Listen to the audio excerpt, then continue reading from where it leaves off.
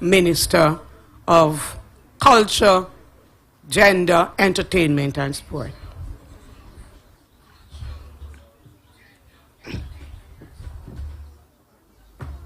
So we crave your indulgence.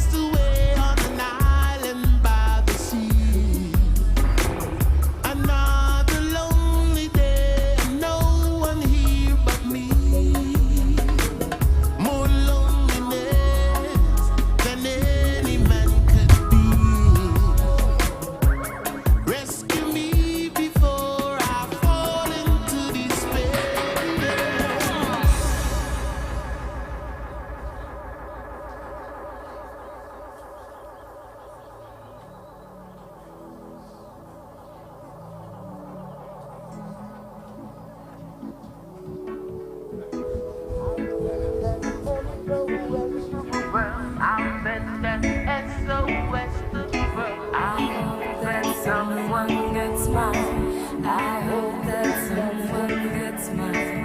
I hope that someone gets mine. Message in the bottle.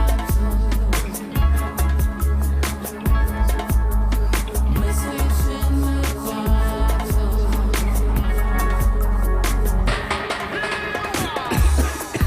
A year has passed since I wrote my note. I should have known this from the start, yeah. Only hope can keep me together. Love can make your life, but love can break your heart. Woke up this morning, don't believe what I saw. Good morning again, ladies and gentlemen. Before I begin, I need to make 3 disclaimers. First, this morning I stand not as the Deputy Chief Education Officer in the Ministry of Education, not as the interim principal of Edna Manley College. I stand here simply and proudly as a Myconian. So if my tone and tenor seem to place the Michael above all others, please understand, this is not a conflict of interest. This is identity. It is what I am, Myconian. Second, if your trained ears discern a certain similarity in rhythm, elevation in tone and tenor of all the Myconians who speak on this platform today, including Vivian, do not assume we outsourced our eloquence to Gemini or Chat GPT. No, it is because we are Myconians, wise people who think alike and speak from the wellspring of a shared heritage. It is hardly likely that Myconians would gather in any space and not be inspired by the tenor of the institution that nurtured us. And third, if I'm not making much sense to you right now, it is because you're not a Myconian. Now, having said all of that, I get the first cut. Permit me then to open this morning's proceedings by drawing us into the very soul of this project, the spirit of Buxton, the spirit of Lady Michael. Inscribed in the foyer of the main entrance to the Buxton building and indelibly etched in the minds of every student who has traversed the corridors of the Michael are these stirring words. The longer I live, the more I am certain that the great difference between men, notice men, not women, between men, between the feeble and the powerful, the great and the insignificant, is energy, invincible determination, a purpose once fixed, and then death or victory. These are the resolute words of a colonial reformer whose legacy is inextricably bound to that of thee, Michael. It is this very energy, this passion, this inner drive that compels every Myconian to believe that they can be the loudest, the tallest, and if they're short, they wear shoes to up the height, the longest serving do-gooder wherever they are in the world. It is this invincible determination, this never say die resolve that assures us if it has been done before, we can do it too and do it better. We can blaze new trails, break new ground, and make things happen that have never happened before. This all or nothing fixity of purpose still echoes in the corridors of thee, Michael, and it has brought all of us here this morning. We do not gather here merely to mark the launch of a project or to unveil architectural plans. We gather to rekindle a flame, to treasure memory, to honor a profound past, and to enshrine a vision that has outlasted empires and epochs. Today marks a pivotal moment in the illustrious narrative of this venerable institution, I prefer to say noble, with the Buxton building standing like a sentinel of time at the center of it all. More than brick, mortar, and board, the Buxton building is a living chronicle, whispering tales of knowledge imparted, minds molded, and futures forged. It is a living memory of a sacred trust, the tangible manifestation of the noble ideals championed by Sir Thomas Fowell Buxton, whose name it bears. A man of unflinching resolve, of indomitable moral courage, who dared to believe in the dignity and destiny of formerly enslaved peoples. Indeed, under Buxton's stewardship, the Lady Michael Charity gave birth to more than 300 schools and 4 teachers' colleges across the British colonies, an educational revolution fueled not very much by profit, but by principle. And today, the Michael University College, the oldest surviving teacher institution of its kind in the Western Hemisphere, stands as both beacon and bastion, illuminating minds while preserving the soul of our people's educational journey. The restoration of this iconic structure, estimated at a cost of more than $160 million, is not merely an investment in infrastructure. It is a covenant with posterity. It is our declaration that we honor our heritage, we venerate our legacy, and we believe that history is not to be discarded, but to be restored and revered. As we launch this sacred endeavor, we stand on the shoulders of those who dared to teach when it was unfashionable, who dared to build when the odds were unbearable, and who dared to believe in the transformative power of education. This launch is our pledge that we will not let their work be buried under the dust of time. So, ladies and gentlemen, prospects and politicians, let the Buxton building rise, not only in stone, but in spirit. Let it speak again to generations yet unborn of the power of vision, the resilience of legacy, and the unbreakable bond between the past and the future.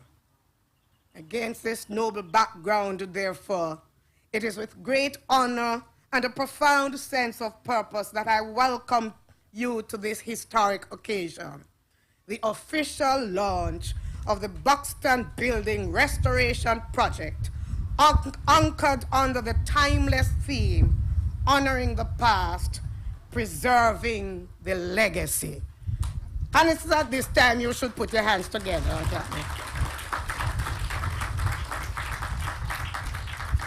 And it's a good thing I made it a little bit longer than it should have been, you know? 3 minutes, what I did 4, because we're stalling for the minister.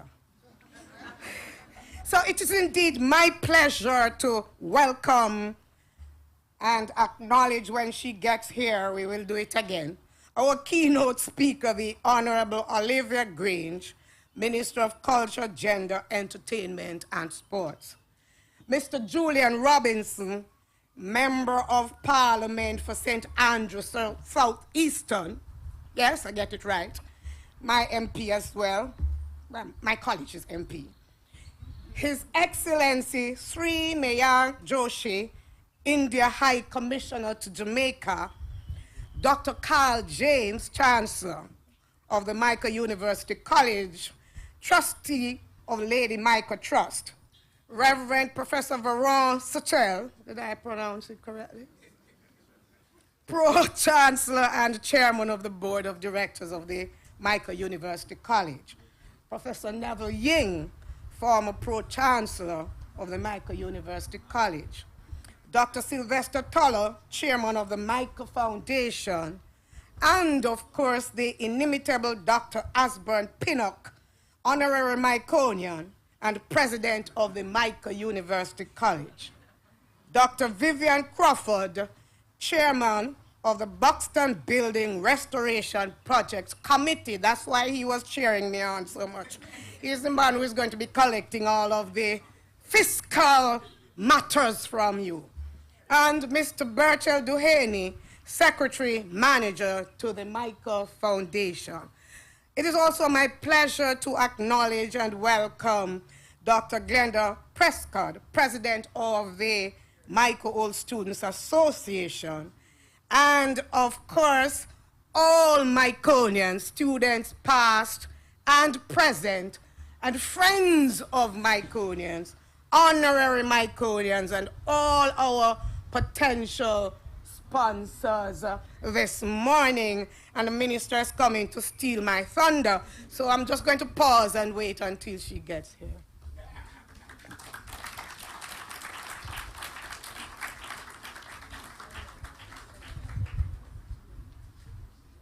Ladies and gentlemen, please help me welcome the Honorable Olivia Grange, Minister of Culture, Entertainment, Gender, and Sport.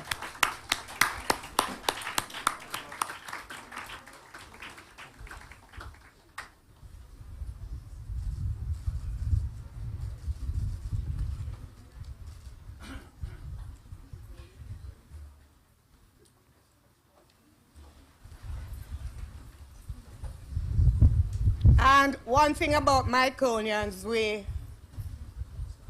can wheel and come again. I won't do all of that anymore.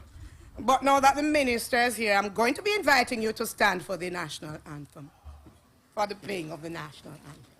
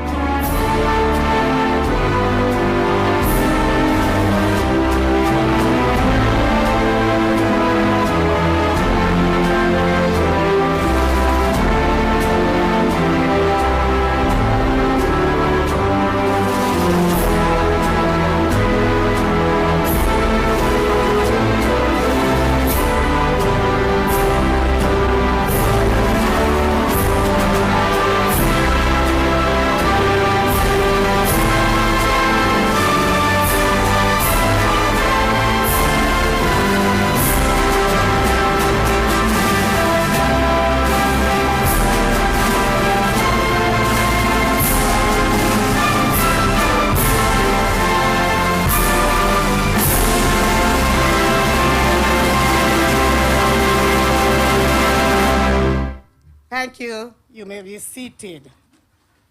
Now, shall we start officially now? That means I do over all of that. Just kidding, just kidding.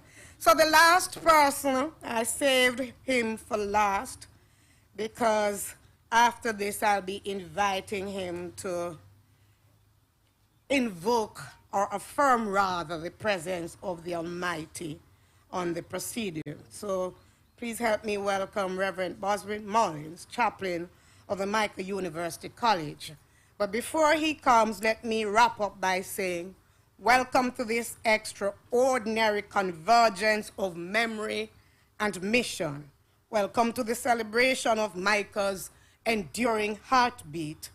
And welcome to the rebirth of Buxton as Miconians and friends of the Micah, with the Buxton energy, invincible determination, and fixity of purpose, we will make everything possible this morning. Thank you. Rev?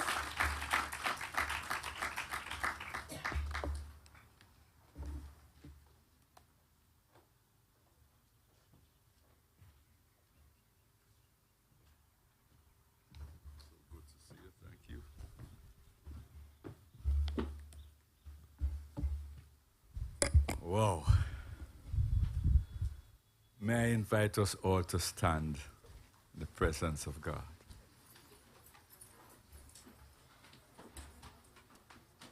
Let us pray. Gracious God, as we gather together for this great moment in history, as we seek to launch a project that lends itself to the past and the future, we stand in awe of your awesome presence, acknowledging that you were there from the very beginning, acknowledging that you have never left each generation of Myconians as they have sought to stand for the high ideals of this iconic college and university. So, Lord God, we ask your blessing on these proceedings. We ask, Lord God, that you will bring in the resources, the financial resources that are needed for this restoration. Thank you, Lord God, that we do not ask in vain, but we ask believing. And so, even as we seek to restore this great building, we ask that it becomes a living heritage,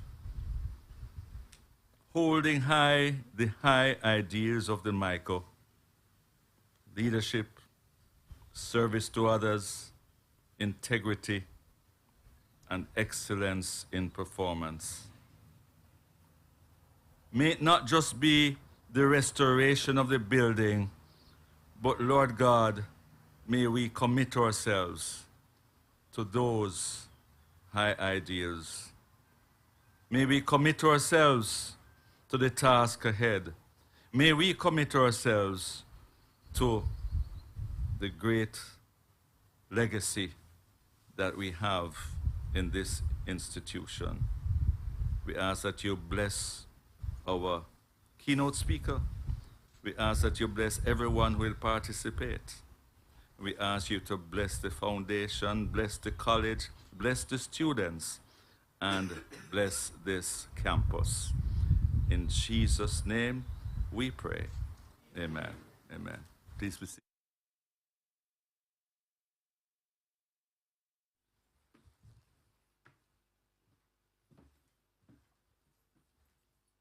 Thank you very much, Reverend Bosworth. Dr. Sylvester Tulloh, CD, is the chairman of the Michael Foundation, but he's also one of the most recent Michael Gold Medal awardees. Very humble man, man of action, a true Myconian. I'm sure when you were driving in through the hollowed gates there, you would have, in a sense, paused to admire it. That's part of his vision and part of his action. And so it is only fitting that he be asked to present the overview of this project that himself will be leading. Dr. Tulloh.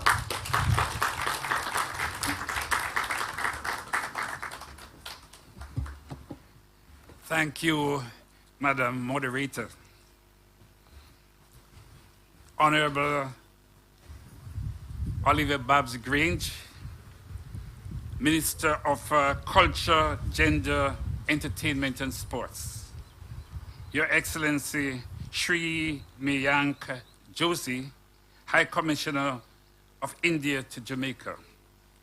Mr. Julian Robinson, Member of Parliament, and a grandson of one of our great Myconian, Dr. Carl James, Chancellor of the Michael University College, and who is also the trustee of the Lady Michael Trust. Professor Varant Sachel, Pro-Chancellor of and Chairman of the Michael University College. Dr. Ashburn Pinnock, President of the Michael University College. Dr. Vivian Crawford, Chairman of the Buxton Building Restoration Committee. Professor Neville Ying, former Chairman of the Michael Foundation. Dr. Glenda Prescott, President of the Michael Old Student Association, MOSA. Mr. Burchell Dehaney, Secretary Manager of the Michael Foundation. Distinguished ladies and gentlemen, good morning. I greet you on behalf of the Michael Foundation and the Michael University College. And it is my great honor to endorse the warm words of welcome so ably expressed by our moderator, Mr. Dorothy Campbell. As you would have known by now, my name is Sylvester Toller, and I am Chairman of the Board of Directors of the Michael Foundation. The Michael Foundation is the legal custodian of all the fixed and tangible assets of the Lady Michael Trust at the Michael University College. As such, we are responsible for the maintenance and the upkeep of all the physical infrastructure on this campus. At this launch, our aim is to raise awareness of the deteriorating conditions of the historic Buxton building, a significant landmark on Marasca Road on this campus, as we seek your support for its restoration. It is imperative that we preserve this remarkable legacy of the Lady Michael Trust. This 135-year-old structure is an iconic symbol of teacher education and the training in Jamaica and the wider Caribbean. For over a century, the Buxton building stood at the heart of our campus, symbolizing vision, excellence, and a dedication to teacher education. This remarkable structure that was built in 1890 has undergone several changes, yet it has not lost its stately columns and its iconic bell tower, and has witnessed generations of students who have gone on to lead both in the classrooms, in administrative roles, in businesses, entrepreneurs, politicians, governors general, a myriad of professionals who have gone on to shape the lives of many Jamaicans in the Caribbean and all over the world. But after 135 years, age has taken its toll on its structure. Cracks have appeared in its walls. Roofing and underlying members have waned. Flooring falling apart. Windows have grown weary. And those interior finishes that once inspired pride and joy are now crumbling under the weight of time. Today, we do not see decay, but we see possibilities. There is a chance to breathe have passed through the hollowed walls of this building. Restoring this building to its former glory is therefore a testament of our respect for the past, our dedication to preserving it for future generations. It would be a dismal failure of our people if we were to sit by and allow this historic building to go to waste. Your vision for community investment and your commitment to preserving Jamaica's cultural foundation and educational legacy are precisely what will make this restoration possible. We must say thanks with grateful hearts to the Lady Michael Trust, who continues to aid us financially time after time to help us to maintain our physical infrastructure. But surely, the Michael community does not have all the financial resources that are required to implement this kind of project. So, This morning, we have invited you here to ask you to join us as partners in restoring this iconic building. By investing in the Buxton building, you are investing not just in brick and mortar, but also investing in the future leaders who will walk these halls and, by extension, the future prosperity of Jamaica.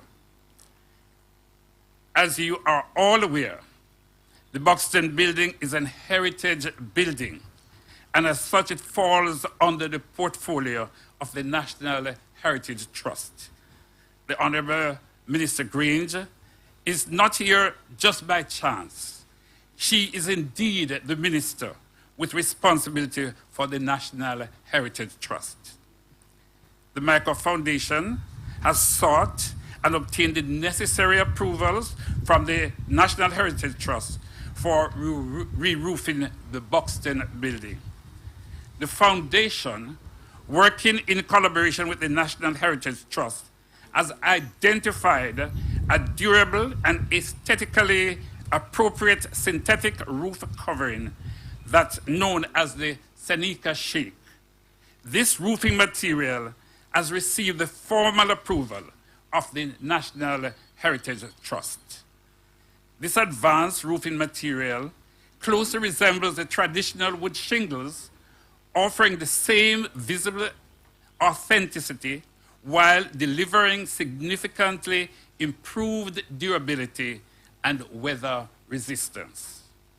When restored to its original glory, the building will retain the original facade with its iconic columns, balconies, railings, and its majestic bell tower.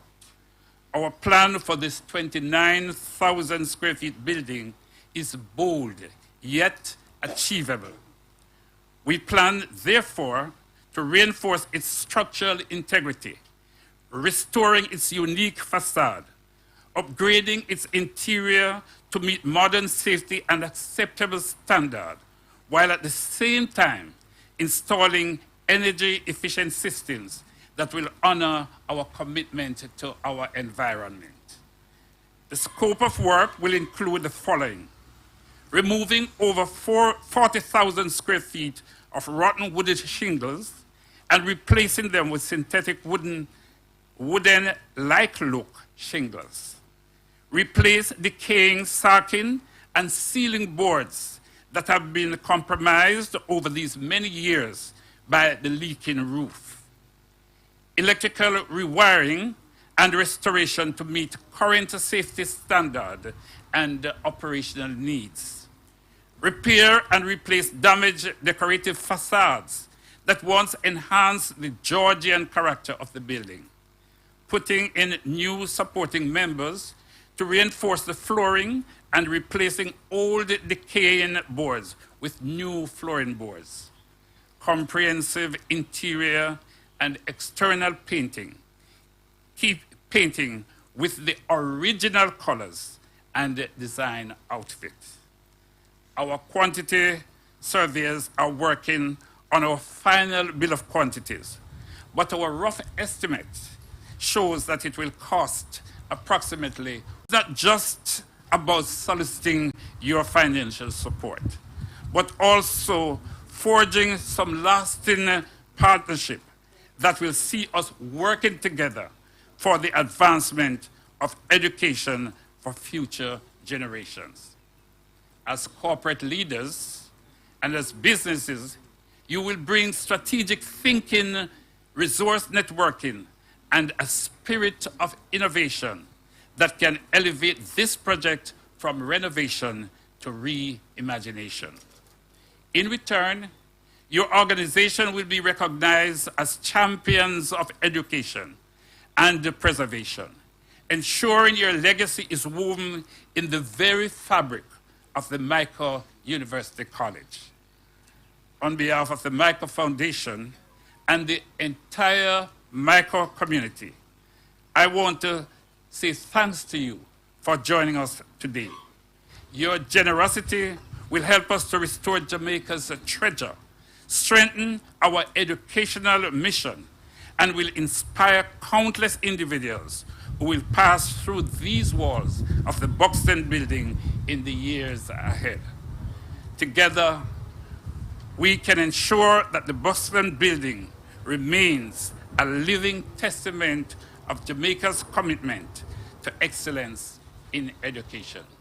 Ladies and gentlemen, I thank you.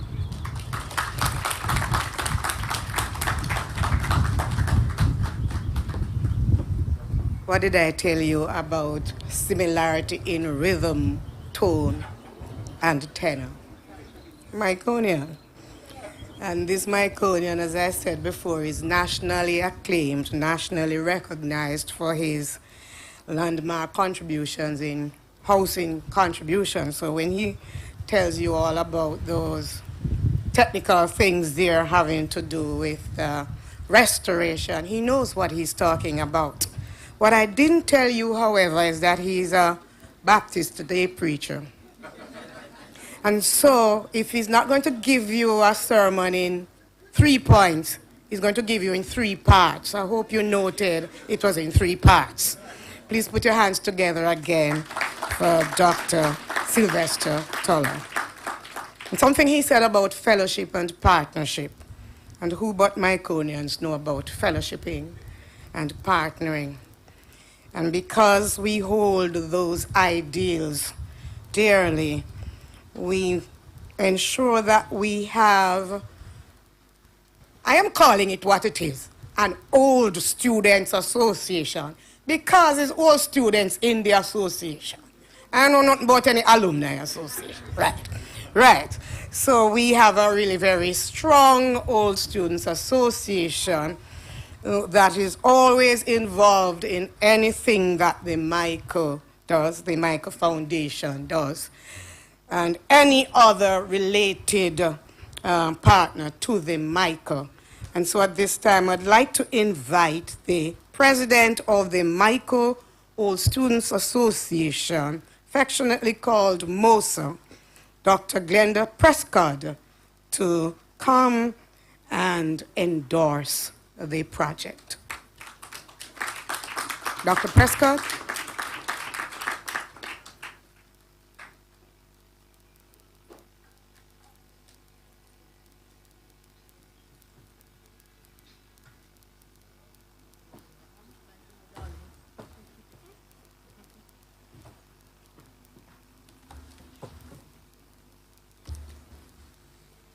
Honorable Minister, distinguished guests, fellow Myconians, partners, friends, students, supporters, good morning. Thank you all for being here today. It is with great pride, purpose, and a deep sense of heritage that I stand before you on this historic occasion. The official launch of our campaign to restore one of Jamaica's most iconic educational landmarks, the Buxton Tower. Standing tall since 1836, the Buxton Tower is more than just a building of stone and mortar. It is a symbol of hope, of progress, and a vision that began nearly 2 centuries ago. The vision is here witnessed the shaping of generations. Its halls have echoed with the voices of those who would go on to become leaders, educators, change makers, not just in Jamaica, but across the Caribbean and beyond. But today, Buxton needs us. Time has weathered its structure, and without immediate intervention, we risk losing a critical piece of our heritage, a living monument to our collective journey. Therefore, the MICA University College alumni has embarked on a mission to restore bricks and beams, and also to rekindle the legacy of excellence that Buxton Tower represents. we are calling on you, our alumni, corporate partners, government leaders, and friends of education to join hands in this noble endeavor. Whether you contribute financially, lend your expertise, or help us to spread the word, your support is vital. This restoration is not just about preserving the past, it's about securing our future. When we restore Buxton Tower, we create a space where history continues to inspire. We create opportunities for new generations to learn within walls that tell stories of resilience, of transformation, and of dreams realized. Let us be the generation that rose to the occasion. Let us be the ones that give back to the institution that gave us so much. Together, we can raise this tower once more, not just physically, but symbolically, as a beacon of unity, pride, and enduring excellence. Today, as the president of MOSA, I am proud to say that many Jamaicans, many Myconians have called in already to register their pledges. I'm not sure how much we have to date, but I know I got a reasonable amount. Ladies and gentlemen, I thank you, and I implore you all to allow this restoration to begin with your pledges this morning. Look in your program and you will see pledge forms. Please do not leave without making your pledge. Thank you.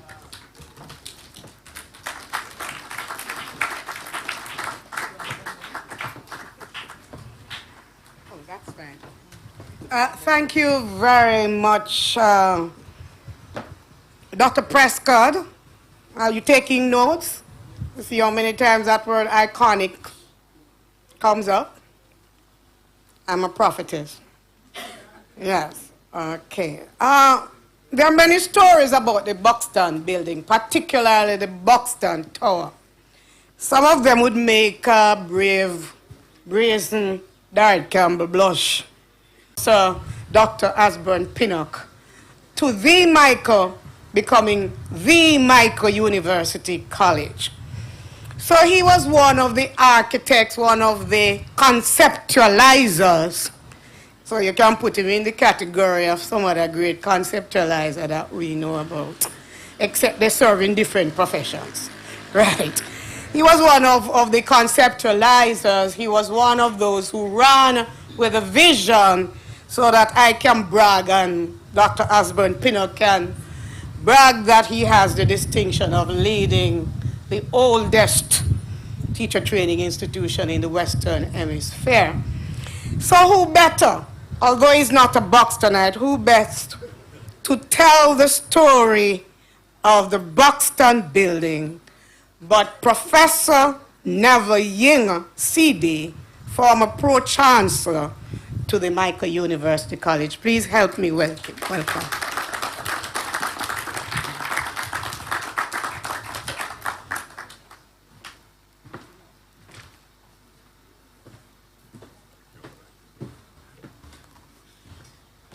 Good morning, ladies and gentlemen. Distinguished ladies and gentlemen. It's my pleasure to be here this morning. The Michael has a methodology that they taught us, which is tell them and tell them again. So if you notice, all the speakers told you the same thing over and over.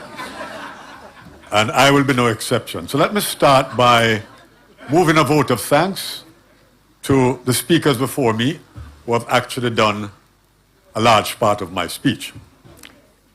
The next thing I would like to say is that I was a math specialist here, and so one of the things I learned is that my speech must be inversely proportional to the previous speakers. That means that as long as they spoke, I must speak longer. The Michael story is what situates the Buxton building as a national heritage building. It's a story that gives us cause why we should preserve the splendor of this Georgian building. It is a story that pulls at your heartstrings when you hear it, that you should support the fundraising drive to put all the fixtures that Dr. Toller spoke about. But the Michael story, like any other story, has subplots. And there are three of them. The first is wealth creation. The second is love and romance. And the third is education and core values. So let me start with wealth creation. The first important character in the Michael story is Sir Samuel Michael. He was a trader in the Middle East, and he imported stuff like spices, currants, wine, and silk. And from this entrepreneurial activity, he amassed his wealth. Now to the love and romance part of the story. The second important character in the story is Lady Jane Michael, and she was the wife of Sir Samuel Michael. On the passing of her husband, he left an enormous amount of his wealth to Lady Jane Michael. When she died, she was buried beside Sir Samuel Michael. But she left in her will a condition that a substantial part of this money should go to her nephew if he married her niece. Well, that didn't happen. So for over 200 years, the money remained there unused. Which brings us to the third important character in the story, which is Sir Thomas Fowell Buxton. And he made a value proposition to the Lady Michael Trust. And the value proposition was that, why not use this money to educate descendants of slaves? He did that because he was an anti-slavery advocate. And so, as you heard before, several Michael schools were built across the West Indies, but only one survived, which is the Michael Teacher Training College, situated right here in Kingston.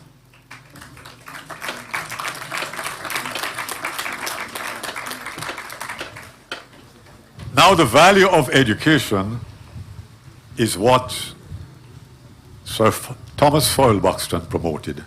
And that is from where our core values of the Michael emanate, which you heard before, and which is always worth repeating, because they are the main tenets of servant leadership. And it's leadership, service for the upliftment of others, integrity, and excellence in performance. So wrapped up in that set of words that you see at the beginning, or the entrance to the building from Maresca Road, it's really an inspirational motivation, which is actually one of the four tenets of transformational leadership. And that's why the Michael is a transformative institution. And so when you read what was said by the moderator, you'll see all of those words wrapped up in this. Now, I'm one of the few persons present here this morning who actually lived in the building. And so I can bring the building to life rather than speak about what I read. So the Buxton building consisted of two floors, or it consists of two floors. The bottom floor was administrative offices and classrooms, and the boardroom and the staff room.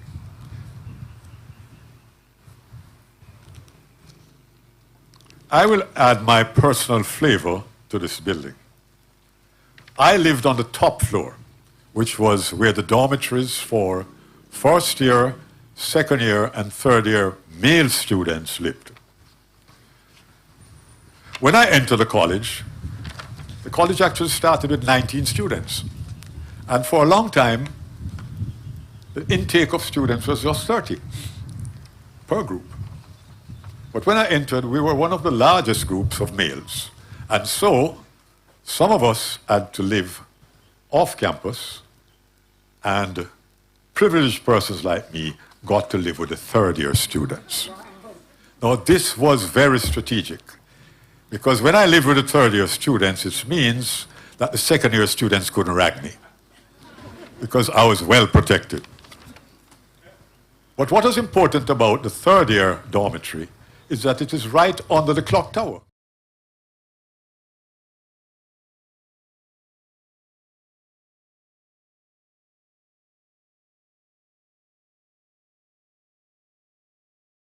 Across the campus, right up to Manhattan Road, and as far down as Wilmer's, and as far west as Slipe Road. On the bottom floor was classroom B. Now that is what you call the epicenter of MICO. In fact, that building you're looking at is de facto the MICO. And so what I'll do is bring to life some of what really happened on the bottom floor in classroom B. Classroom B was the largest classroom in that building. And that's where it served multi-purposes. It was where you did lectures. It was where you listened to keynote speakers.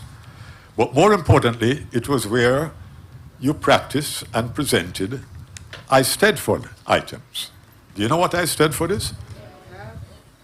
It was an event that A.J. Newman, the longest-serving principal of MICO, from 1924 to 1958, he brought that concept to the MICO when he came. And so you had to recite, you had to do a lot of performance, and that was what happened there. But just for Minister Grange's purpose, I want to mention something else that happened in the building. Now, Minister, you're too young to know what I was going to talk about now. That building had mission-critical objectives, as we say in business. And one of them was to have the best party that was held in Kingston. And I was leader of a 3-person team. And our task was to make sure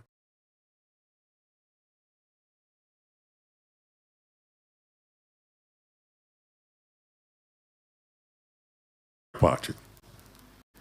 Now, because it was mainly a male college at the time, we had to recruit chosen ladies from the School of Nursing at the Kingston Public Hospital, the School of Nursing from the University Hospital, Shortwood Teachers College, all female, St. Joseph Teachers College, and most importantly, the attractive young ladies from the library on Tom Redcam Avenue. Now you understand what's happening. Well, what was going on at these parties? It was the era of rock and roll. Now, Minister, you're too young to come to the party at that time. But it was the age when you had Bill Haley and the Comets playing things like Shake, Rattle, and Roll and Rock Around the Clock. It was the emergence of Elvis Presley singing All Shook Up and J-Lo's Rock. It was the age of mashed potato dance moves. It was the age when, if you want to get romantic, you would dance to Dream, Dream, Dream by the Everly Brothers, or Only You by the Platters. So now you understand that the MICO was not just about lectures and all that. It was actually, the Buxton building was actually the locus of the practice of holistic education, which MICO promoted from that time. And that means that that building sought to produce graduates that were academically excellent, but also we paid attention to their personal and social development. And so in that building were the who is who in Jamaica education system. I'm glad to see Julian Robinson here because his father, his grandfather actually, lived in that building. So Julian, very happy to see you. And actually, his family donated the money to fund the first smart room at the Micro. And that was engineered by a past vice president of the college, which is Winston Wright, who was actually one of the third years that I lived with when I was a first year. And his aunt, Judith, was my classmate at UWI. And his father, Patrick, was my friend that I met in Geneva, and we used to watch the lawn tennis French Open at Open House. And he's an avid sports fan, so we'd chat and eat food. So, Julian, is for several reasons why I welcome you this morning. But there are some other very important persons. You heard of the Governors General. They all lived in this building. But there was also Arthur Williams.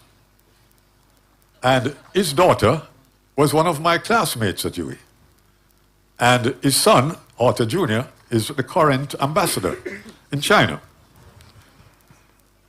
Now, you had persons also like the Minister of Education, Edwin Allen. You had legal luminaries like Dudley Thompson and Eric Frater. Then you have Archdeacon Lennon. The school in Moko called the Lennon High School was named after him because he was a missionary to Africa. And then there's Aston Taylor, who lived in that building. And he donated all the artifacts that are now housed in what is called the NAFCA Museum right here at the Micro University College. Then there's Vincent Doyley, who was very instrumental in establishing the Ontario Institute of Science and Education in Canada. I mention all this to say that Myconians have not only served in Jamaica, but they have served internationally, because that was the mission of excellence, especially during the A.J. Newman era. So now that I've given you the historical review, there's only one thing left for you to do.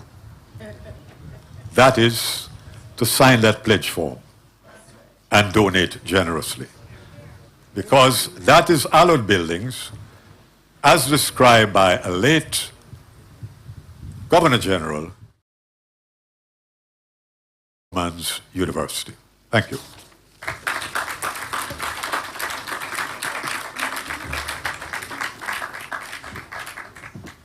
Yes, he did it with his might. Right. There's one story that he didn't tell you that Mr. Shirley, Brother Shirley, told us, Sandra. You remember? I wonder if he was implicated in that cricket match. I don't know. We didn't get the names, but we understand that the then principal Brother Shirley stumbled upon a couple in the Buxton Tower. They weren't playing cricket, but he felt that the situation required a cricket metaphor. And he looked down on them and said, "One more stroke and you are out." Make what you want to make of it. And if you enjoy it so much, then start writing on the pledge form.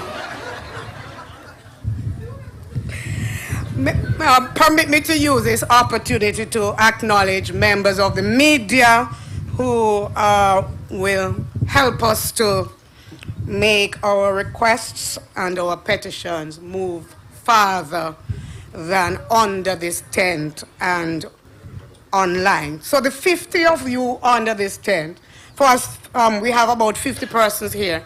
And for the 50 we have here, we have about 10 times the number online, I am told, from all over the world. So we're not just playing to this gallery here, we're playing to a broader gallery. And I want to thank the media for that. May I also use this opportunity to recognize, I see one, I'm not sure if the other is here, one of our vice presidents, the one for academics, Dr. Albert Benjamin. Is the other vice president here? No, I think he's on leave. Yes. Okay, and a gentleman, he recently launched a book like last week. Dr. Hutton? Yes, standing out there. He's playing photographer today. All right. Yes. Okay, and the book is available on Amazon. So that's a little sidebar business right there that I'm asking you all to subscribe to it. And we're going to be having two things here. One, the video presentation on the Buxton building, and after which we'll invite Echoes in Music Education to regale us. But before I do so, I know the minister and I love her very well. One of my favorite ministers, by the way. And you know what I like about her? If she comes with $10 and you say something, she double it. So she loves to make announcements. And is a minister who understands perfectly well one of the shortest quotes that a prime minister ever gave, but is the most quoted in the 21st century. Let me see the hands of all the compassionate, caring people inside here, sir. I'm afraid to put up them hands. Come on, man. Shame on you. You don't go to church. All the caring, compassionate people inside here, sir. Good. But you know what I love about that prime minister? He said it very well. Gospel according to a certain prime minister, it takes cash to care. Right. So you have attached to your agenda this form here. And as a good Myconian, I know that I must lead by example. And you see the program, it is in ascending order. The farther down you go, the more important. It has symbol there. It has symbolism there. So I am going to start out by leading the charge and to make my pledge initially of $100,000.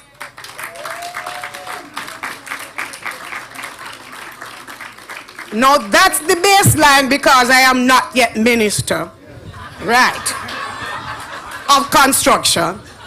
Right. So this is the baseline. You can't go below this. As you go down, you have to go up. As you go down, you have to go up. So by the time we get to the minister, we should hear a really very big announcement. All right? Please, somewhere along the line, fill this pledge form out for you. And you don't have to give it all at once. You can give it over a period. One cocoa, just know how to fill up basket. Right. So may I now invite, who is going to, yes, may I now invite the videographer to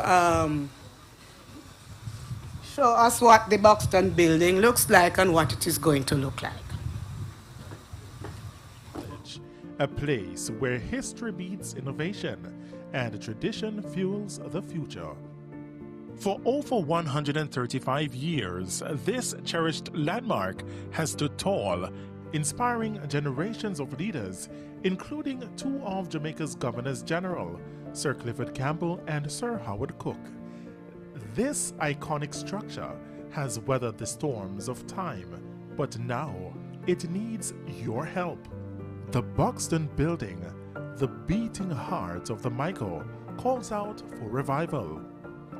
Together, we can breathe the new life into these historic walls, transforming Buxton into a vibrant center of learning, collaboration, creativity, and a living museum celebrating the rich legacy of education in Jamaica. The Buxton building has witnessed countless milestones.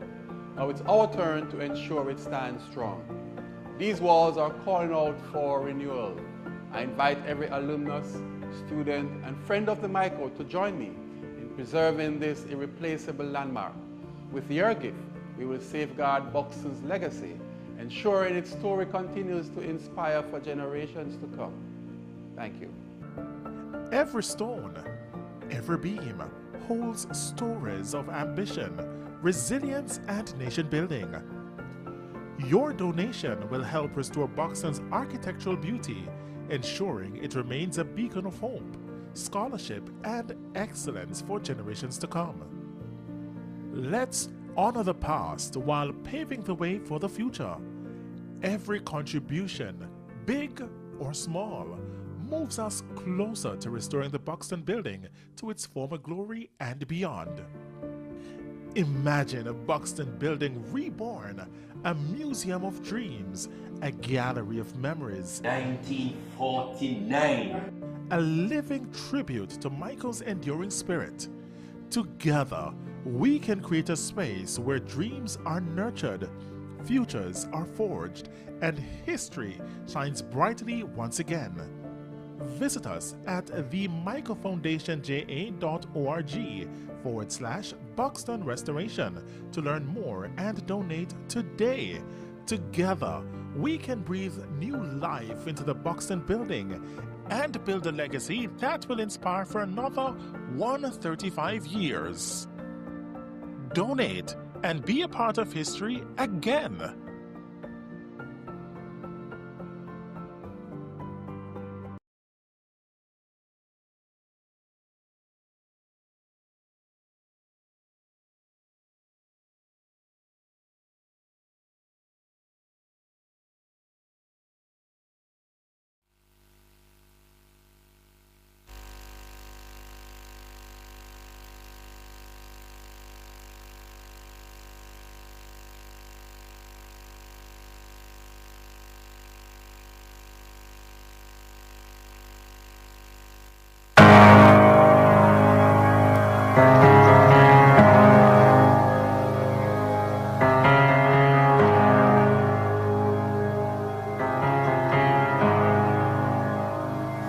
I love you, Lord, for your mercy never fails me. All my days I've been held in your hand. From the moment that I wake up until I lay my head, oh, I will sing of the goodness of God. And all my life you have been faithful. All my life you have been so, so good. With every breath that I am able, oh, I will sing of the goodness of God. I love your voice. You have led me through the fire and darkest nights. You are close like no other. I've known you as a father. I've known you as a friend. And I have lived in the goodness of God. Hey! All my life you have been faithful. Oh yes you have. All my life you have been so able. Oh, I will sing of the goodness of God. Your goodness is running after, it's running after me. Your goodness is running after, it's running me. It keeps running after me. Your goodness is running after, it's running after me.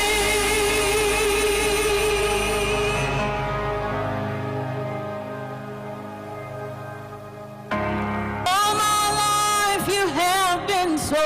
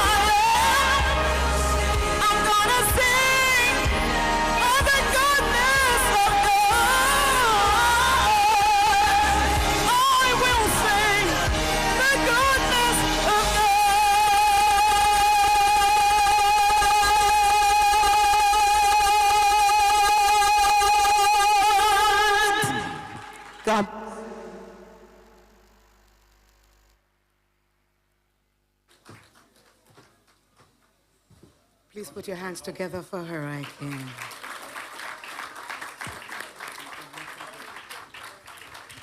Boy, Birchell Doheny, all I can say, you were very strategic in putting this program together.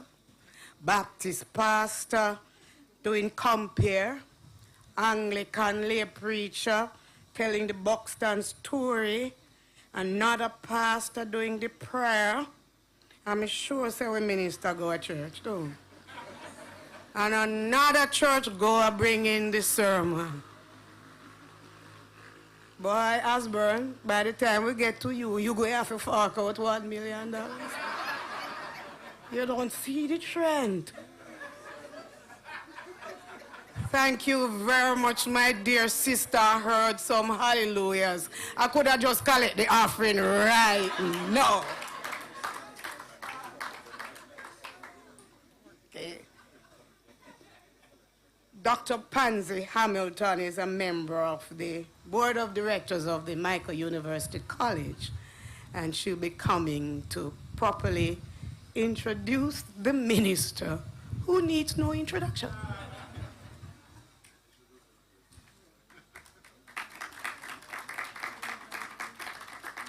But I always defend that by saying you must tell the audience by what authority he or she speaks.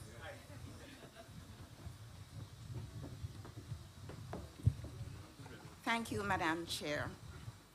Honorable Minister Olivia Grange, Minister of Culture, Gender, Entertainment and Sports, Your Excellency Sri Mainak Joshai, India's High Commissioner to Jamaica, Mr. Julian Robinson, Member of Parliament, Dr. Carl James, Chancellor of the Michael University College and Lady Michael Trust, Dr. Sylvester Tuller, Chairman of the Michael Foundation, Dr. Asborn Pinnock, President of the Michael University College, Dr. Vivian Crawford, Chairman, Buxton Building Restoration Project Committee, other distinguished guests, ladies and gentlemen.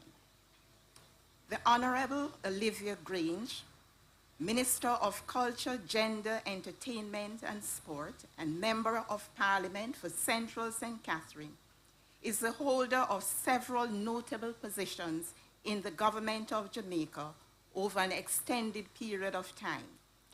Currently, she is the longest-serving female member of Parliament in the House of Representatives.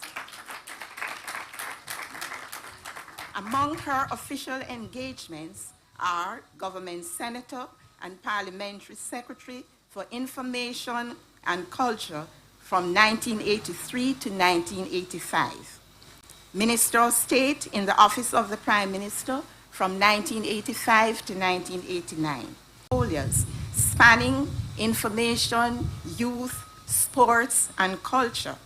And added to this was the responsibility for women and gender affairs, entertainment, community development, and special projects. Indeed, an awesome woman. In recognition of her work and contribution to promoting and expanding the importance of culture, she had the signal distinction of being appointed as the first Caribbean Communities CARICOM champion for culture. She had the responsibility to advocate for capacity building for cultural industries, institutions, and individual artists. Minister Grange has an extensive government portfolio which mirrors her interests and work as an artist, director, event planner, and cultural activist who has developed and managed grassroots talent. She is a diligent and ardent supporter of Jamaica's creative and cultural industries, both in national and international spaces. Her tireless work and commitment to develop and expand the Jamaican culture is strategic. She has leveraged policy initiatives to promote the ongoing development of Jamaica's cultural industry. She's a founding member and director of the Jamaica Association of Composers, for which she has leveraged to introduce policy initiatives in Jamaica to promote the development of cultural industries and to advance branded Jamaica in the international market. We extend a very warm welcome to Minister Grange as we anticipate her address. Ladies and gentlemen, the Honorable Olivia Grange, Minister of Culture, Gender, Entertainment and Sports.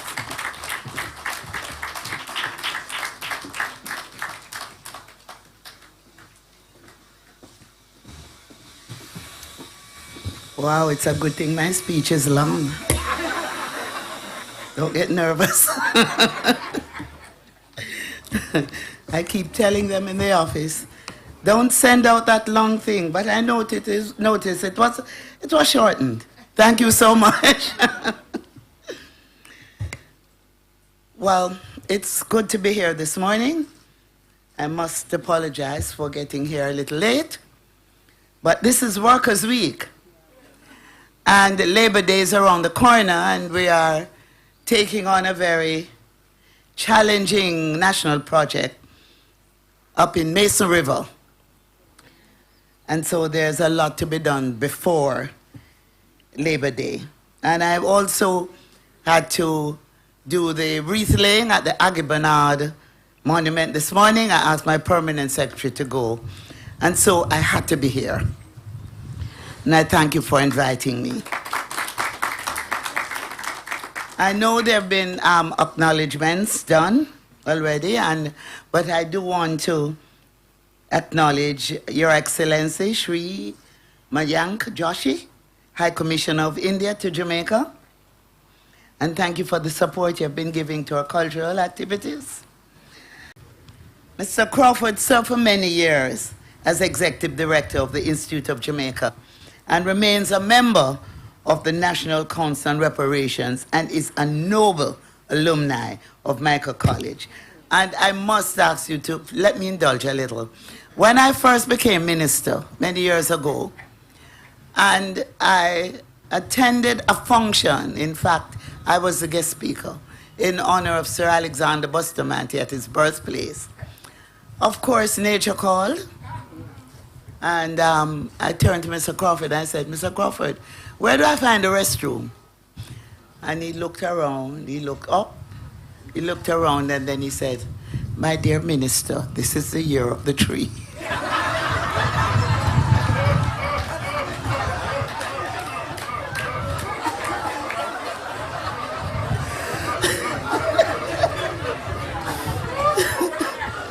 I couldn't find an appropriate tree. So I had to hold it. But that's Mr. Crawford for you. He's really a special human being. I wish to also acknowledge Professor Never Ying. And, of course, you know, with Dorrit, us talking about all the stories that she could tell. And I thought Professor Ying was going to come up and tell. He told quite a few stories, but what I didn't get is the Duffy stories, right? Because in every heritage property, every heritage building, there is a Duffy story, at least one. Ah, okay, so I hope one day we'll hear those stories. And of course, Mr. Burchell Duhaney, Reverend Bosworth Mullings, and Dr. Glenda Prescott. To all the other distinguished ladies and gentlemen, and to the media. And I'm challenging the media. This is a great story. So make sure you big up Michael. So allow me at the outset to say how pleased I am to be here.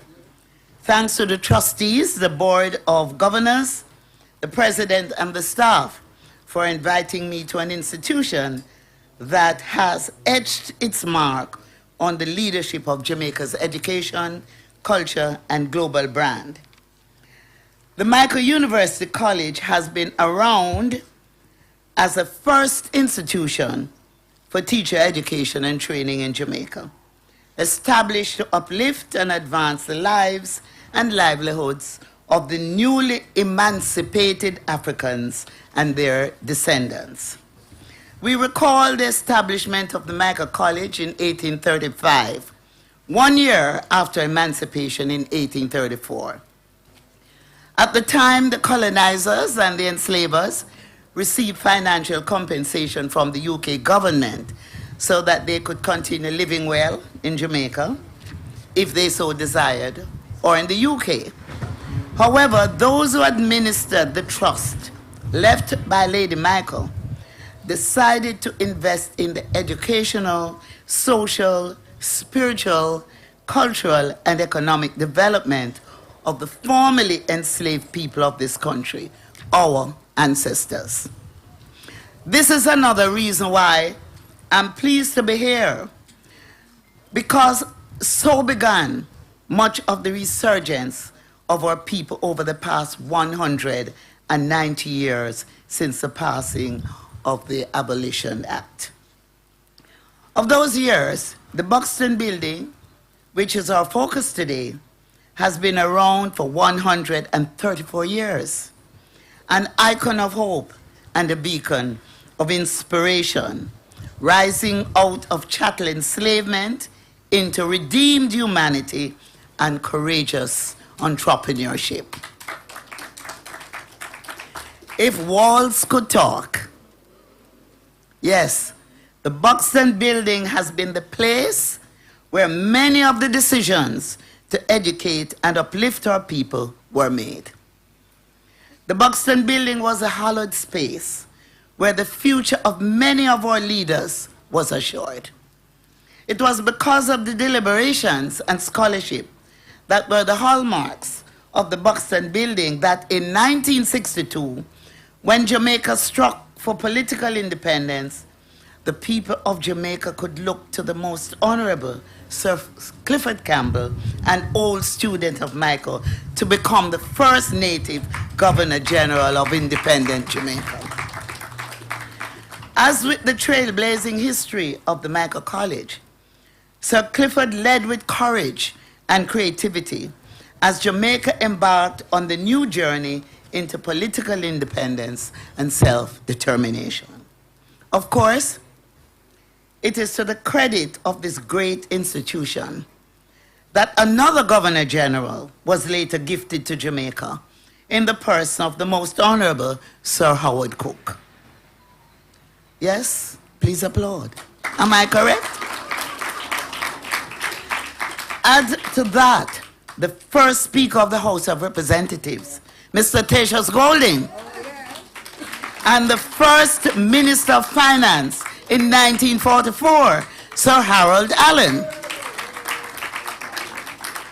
And I must also add that both grandfathers of Mr. Julian Robinson, who is here with us this morning, were also past students of the Michael College.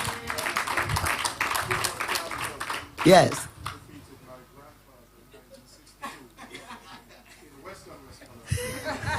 That's another story. In another church. In another church.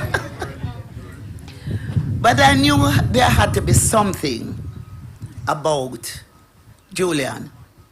There had to be something special about Julian, other than us being involved in politics. And I knew there had to be something special about Dorrit. They have the Michael blood in them. You can't miss that.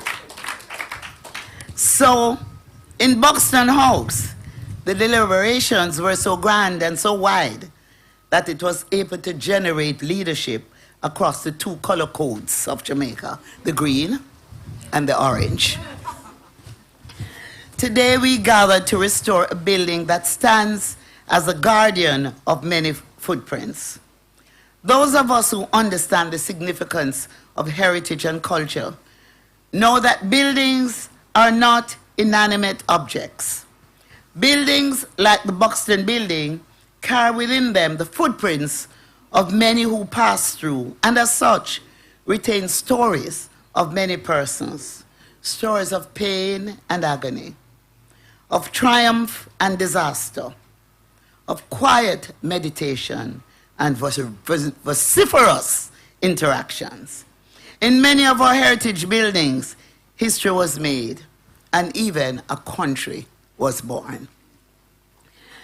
As we imagine the many feet that passed through Buxton building over these so many years, I'm moved to a verse from the book of the prophet Isaiah in chapter 52 and verse 7.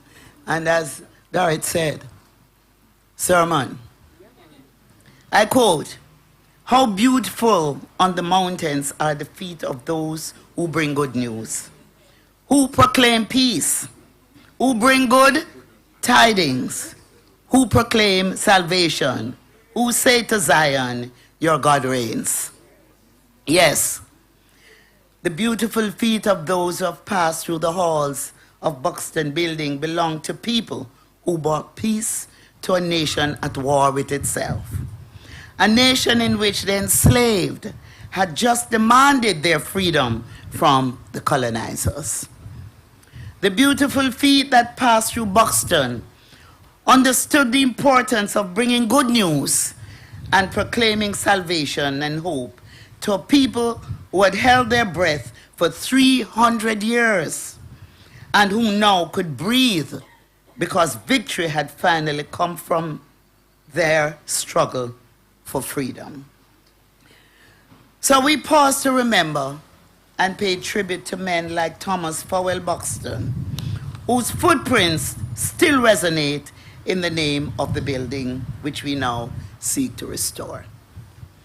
We pay tribute to the beautiful feet of those whose mission and purpose was to ensure that our people no longer felt that they were children of a lesser God, but that indeed our God reigns.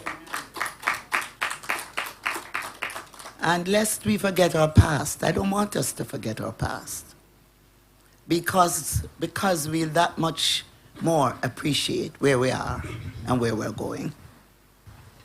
It was our national hero, Marcus Messiah Garvey, who posited it like this, and I quote, "Our God created us to be masters of our own destiny, masters of our own fate." This was a mantra that came out of the resistance and rebellion of our ancestors, and which was among the good news of the beautiful feet in Buxton town, Buxton building. We in the Ministry of Culture understand the power of buildings. We refer to it as our tangible heritage, within which much of the intangible was created and still lives. I pause to commend the Jamaica National Heritage Trust for their support to the Michael College University in this restoration project. And as Ms. Lou would say, clap them, because they're doing a wonderful job. And I should use the opportunity at this time to say that through the Jamaica National Heritage Trust, we were able to secure funds from UNESCO to repair the seawall in Port Royal. And I'm saying that to say this, that we will proceed to request of UNESCO to provide funds towards this restoration project.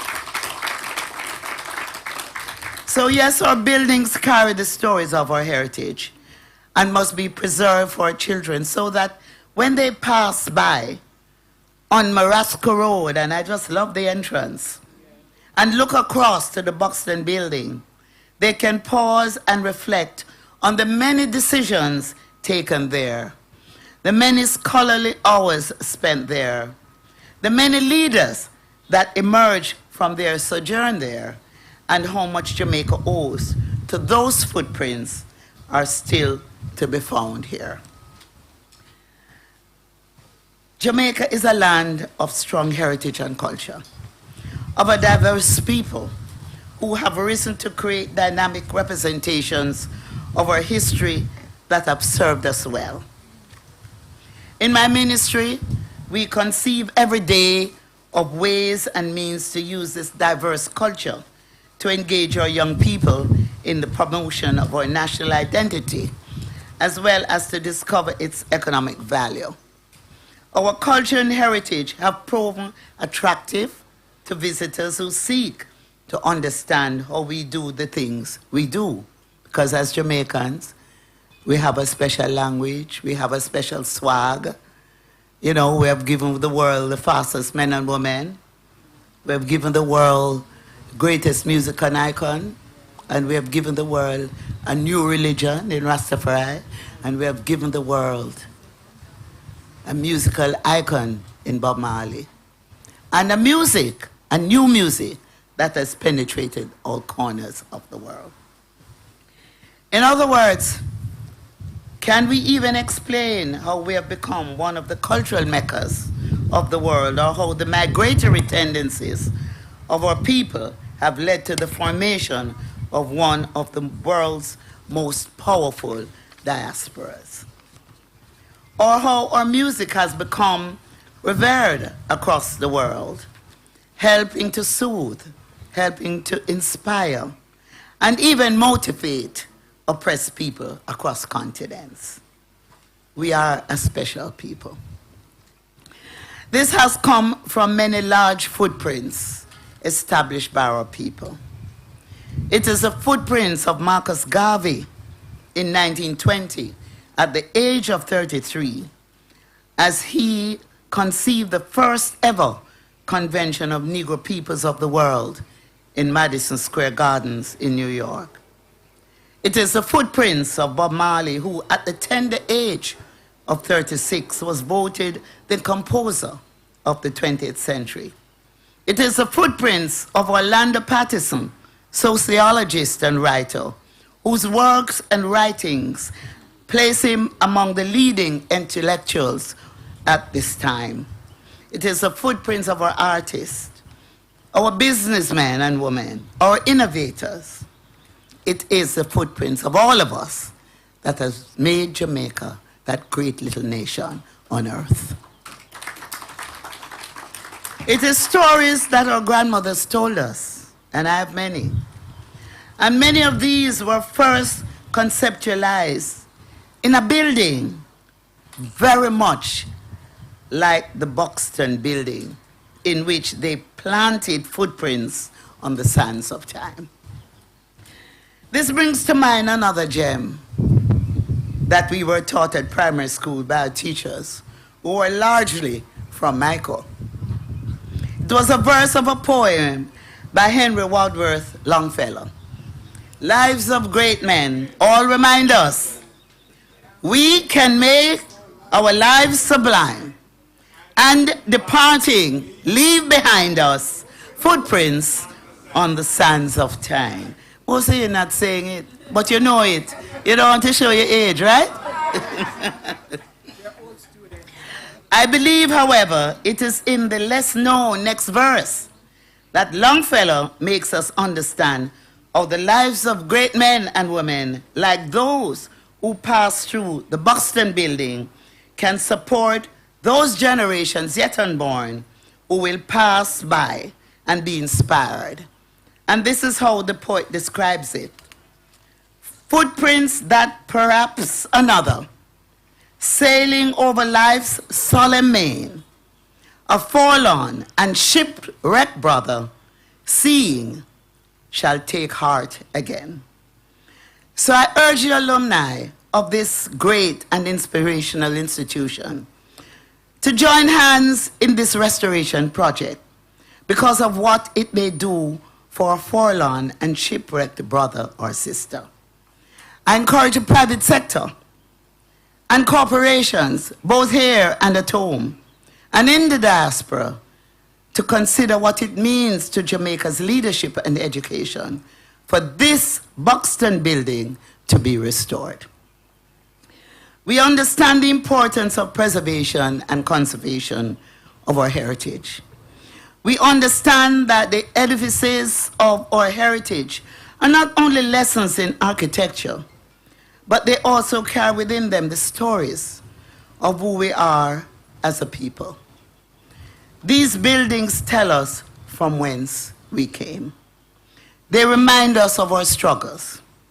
It is like the story of the family, ladies and gentlemen, who started with one room and was able to build out around that one room until now they live in a two-story house.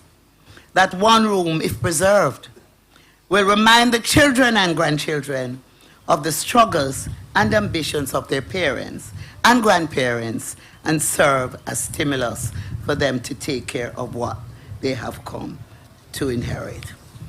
And so, the Michael College stands tall among the culture and education institutions of Jamaica, land we love, with a rich history and heritage.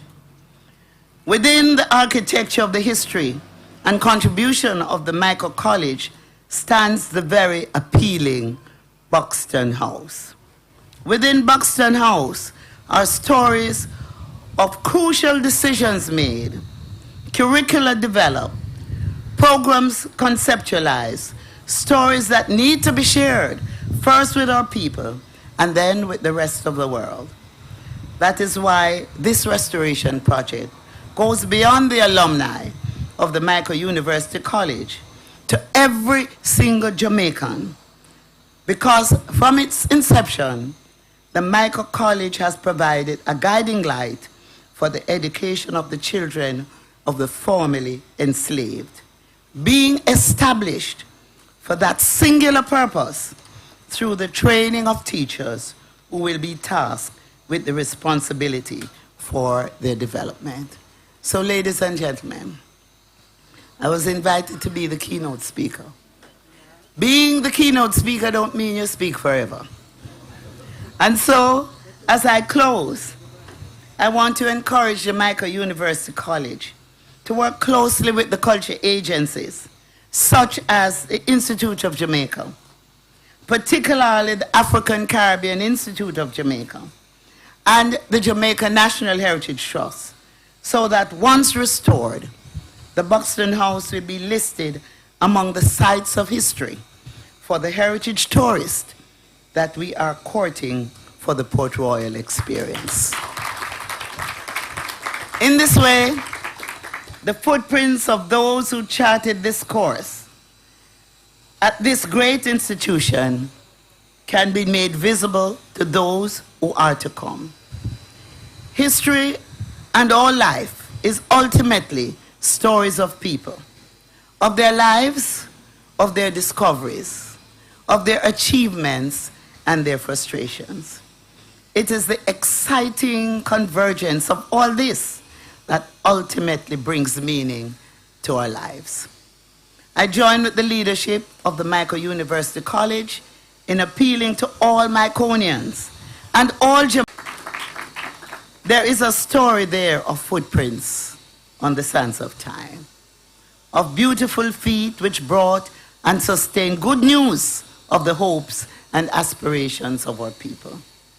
I hope to see the footprints of the beautiful feet that will rush to provide the support needed for the Michael University Buxton Building Restoration Project. I know that Dorrit will be there pushing. She has been pushing, and I know you don't want a greater advocate. And so I say, as I close, God bless all our efforts, and God bless Jamaica, land we love. Thank you.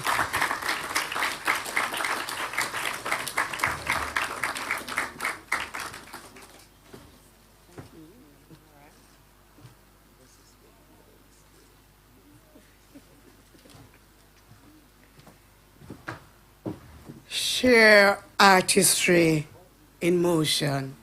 Please put your hands together again for the minister. We gave the world Olivia Babsy Grange. This is Miss Yvonne Young Wallace, and she's a project officer for the Michael University College, and she is going to make a presentation to the minister. Honorable Minister, Miss Say, Come here, I someone. have one pretty little, I can't even reach the mic. Mr. Minister, we have one pretty lovely, what more words, little token for you to say thank you very much for spending your time with us this morning. but I'll let somebody else do the presentation.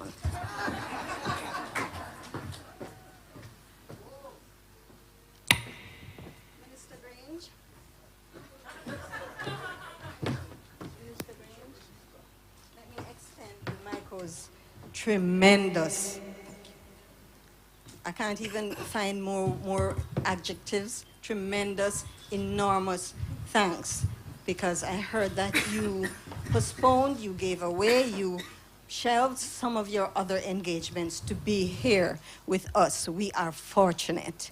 And so we're presenting this little token and hope that it or they, depending, will serve you well for years to come. Whenever you look at it, you will remember the special place of the Michael. Thank you.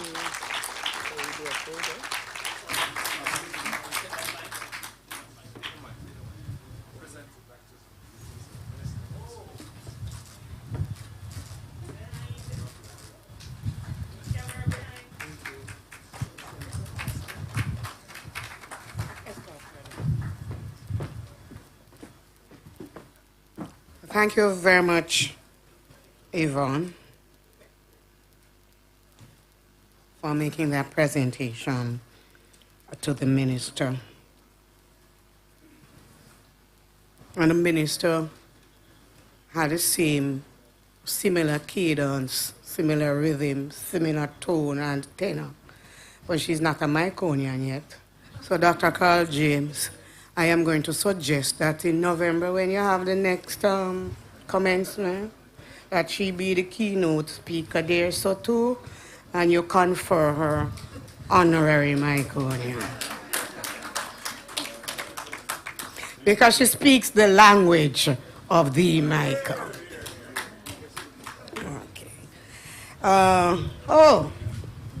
Dr. Carl James is another preacher, another Baptist too, chancellor of the Michael University College and one of the trustees of the Lady Michael Trust. A fitting tribute to him and the many years that he has given service above self to this institution. I remember those days when we didn't have sophisticated canons like and descriptors like chancellor. We are chairman of the board. He coming from all the way down there, sir. Please help me welcome Dr. R. Carl James, CD, who will officially launch this project.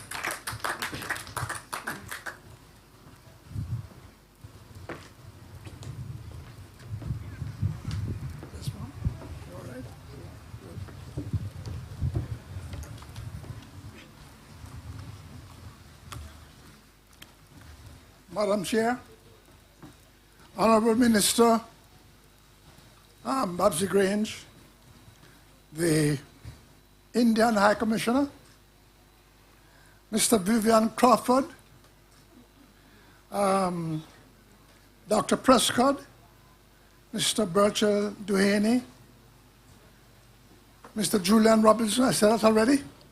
No, Mr. Julian Robinson.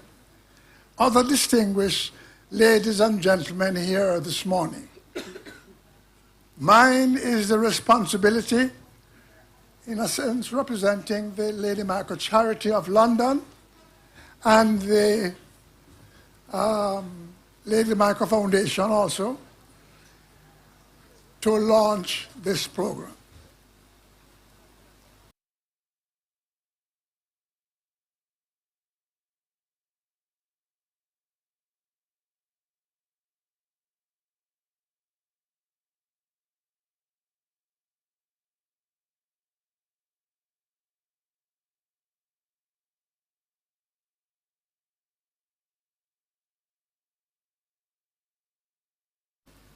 From the Michael Teachers College to being the chairman of the Michael University College, have been being involved in the recruitment of several of the leaders.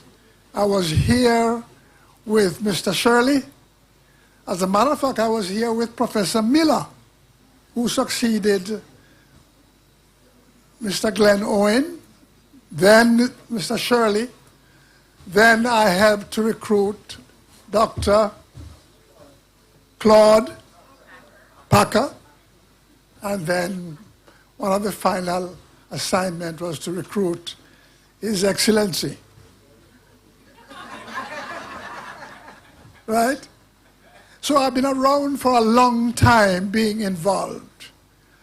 Also, I need to just let you know that the Lady Michael Charity had turned over all the properties they have in Jamaica to the Michael Foundation.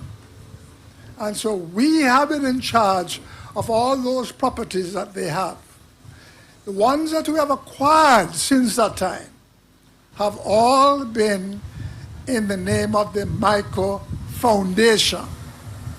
Now, you notice that the lawn here is one of the greenest on Morosco Road. The cricket field over there is the greenest along this way.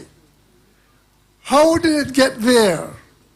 Because the Michael University requests that we provide our own water on the property, and with a lot of Myconians led by Mr. Arthur Geddes, Dr. Arthur Geddes, we sank a well way down and extract water with permission of the Water Commission, so that we have, first of all, we had water for watering the whole property. And then we have had water that is potable water to supply the needs of the Michael. And I think we supply water to the ladies' dorm over. So, the funding of projects for the upliftment of the Michael is nothing new to the Michael Foundation. Nothing. So, this morning that we have brought you here to make sure that you are with us in the launching of the restoration, we are saying to you that we know we can depend on you to be the supporter. You have heard before, and Dr. Ying made a point, that almost everybody who speaks says some of the same things because it's true. So the Michael remains the oldest educational institution dedicated to training teachers with the challenge to keep the Michael facilities up to date and functioning. Today we are meeting to launch the restoration of the Buxton Tower, which has been in disrepair for some time.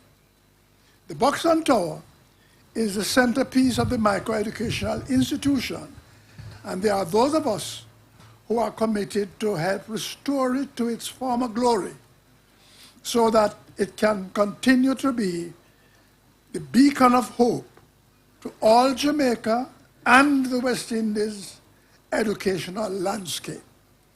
When I came to Michael years ago, a number of students from the Caribbean islands were attending Michael. One of them, as a matter of fact, became the fellow from the care center who gave the speech for the year. And he was, whenever I see him, he always reminds me of the tremendous thing that Michael did for him. And he said it was without cost. The Lady Michael Charity of London, currently chaired by Joe Barclay, are very interested in the restoration, as this remains the only institution of the many initiated by the Lady Michael Charity years ago. And this, for them, is an important part of the Michael history. The Lady Michael Charity, listen to this one, has already contributed $128 £128,000 to the restoration of the Buxton Tower. I thought I would have one of their representatives on the Zoom link today, since he is a very successful funds manager and had promised to help us raise funds elsewhere. Sorry. I'm still hoping that he will come on stream and help us to raise more than the £128,000 that we have. You know that £128,000 is not in Jamaica. It is in deposit in London, where the interest rate is better than we have here. But it's ours, it's our money, right? One of the new, sorry. This expedition is most expensive, is the one most expensive undertaken by the Lady Michael family. And we need to tap all other financial resources so the work can be completed in reasonable time despite the high cost of the project. The Michael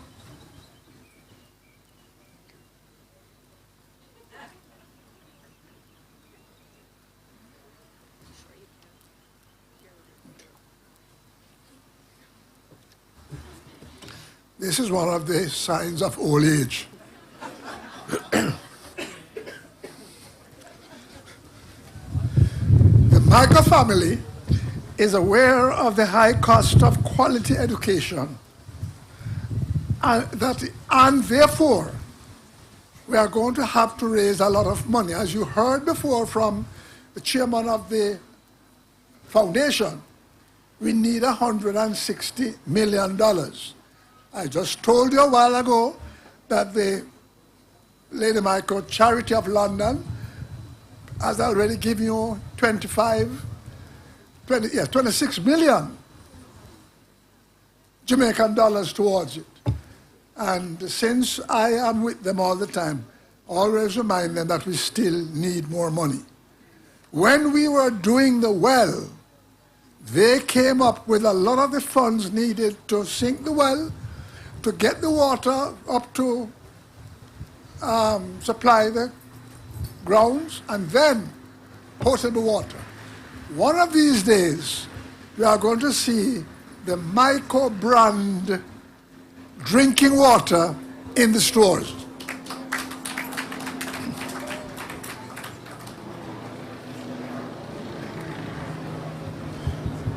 As you heard, we have to keep in the quality as dictated by the Heritage Trust for how we do the restoration of the Buxton Tower.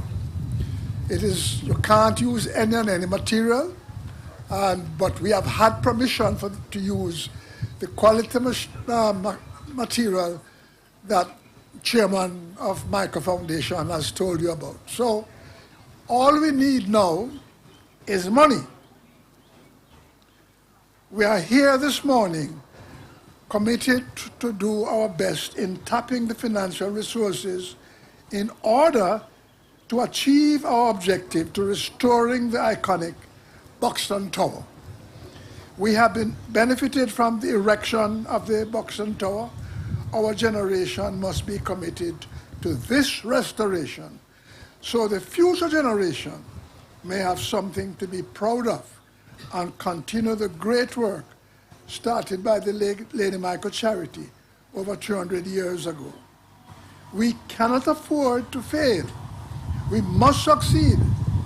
And Miconians across the globe are expected to join us in our efforts at restoration. Therefore, you heard that the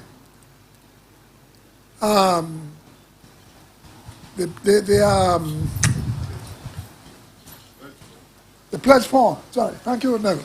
The pledge form you have must be filled in today. You don't have to give all the money.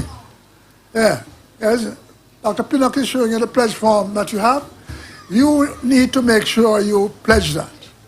Now, I was at a function last week when the first contribution from a Myconian was 5 million. The second contribution was 10 million. Now, we know others are coming in, and we expect that before too long, we will have the 160 million Jamaican dollars needed to restore the Buxton Tower and make sure we continue this great effort of educating the Jamaican population with quality education in excellent conditions that we are able to provide. May God bless us today. May we continue to give, and may we understand that all of us must make our part, play our part in making sure Buxton Tower is restored. And all of us can come by and celebrate the declaration of the restoration of Buxton Tower before too long. Thank you very much.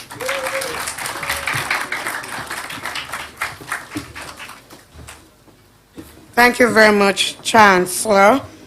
And now the man now tasked with the awesome responsibility of leading this noble institution is also tasked with the responsibility of recognizing the donors' presentations. Please help me welcome Dr. Asburn Pinnock, CD, JP, President of the Micah University College.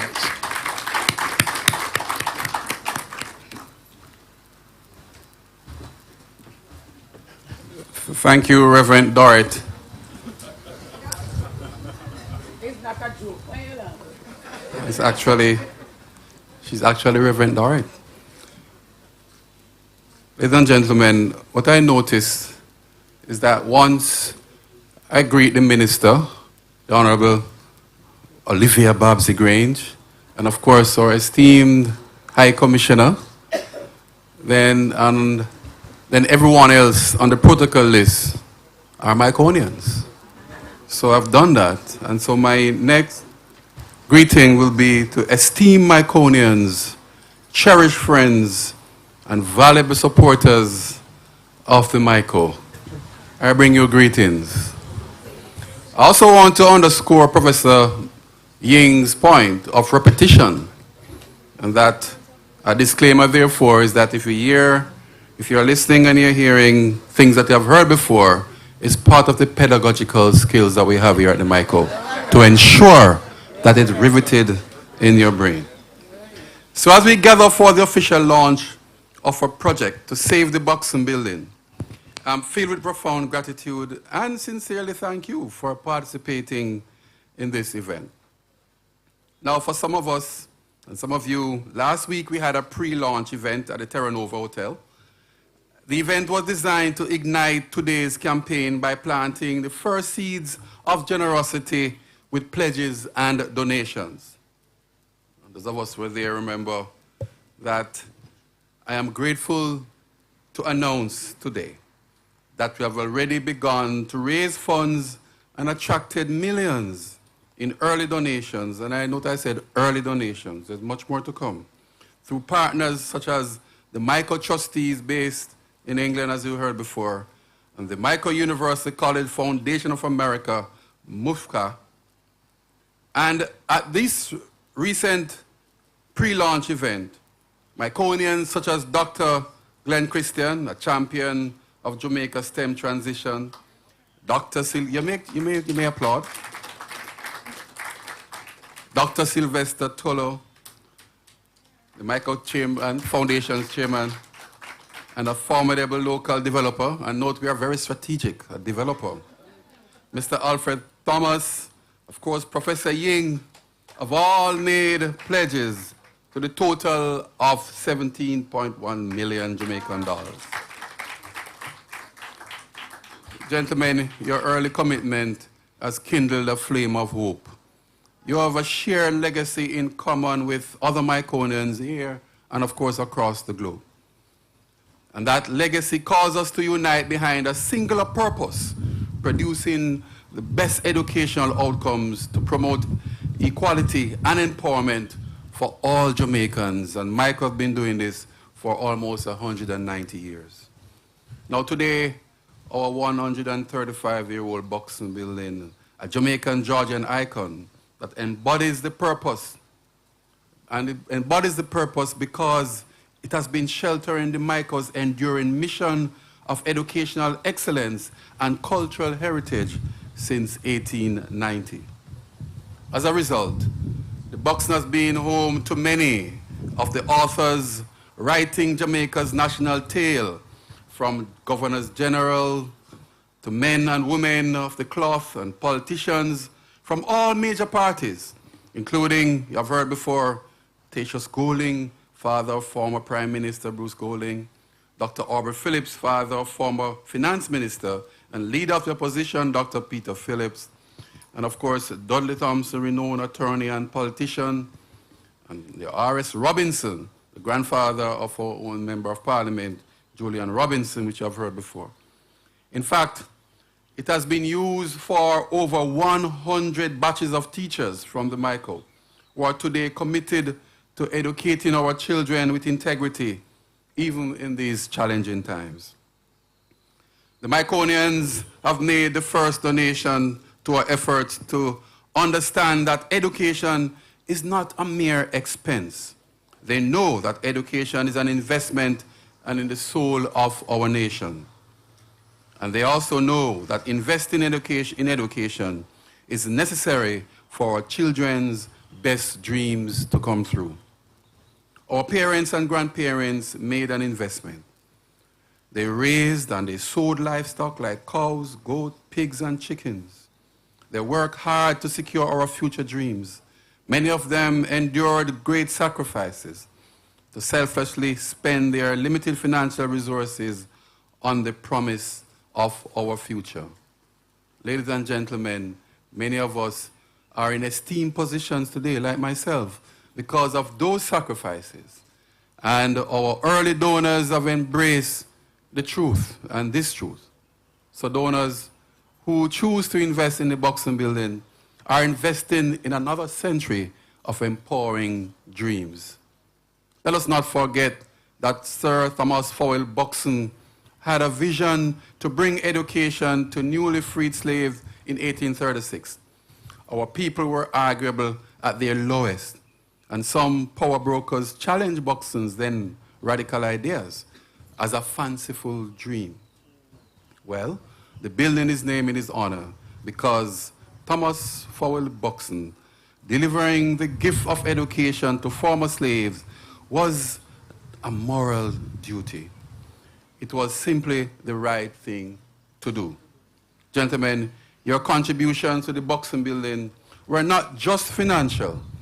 They are a powerful affirmation that the cost of preserving educational legacy is never too dear.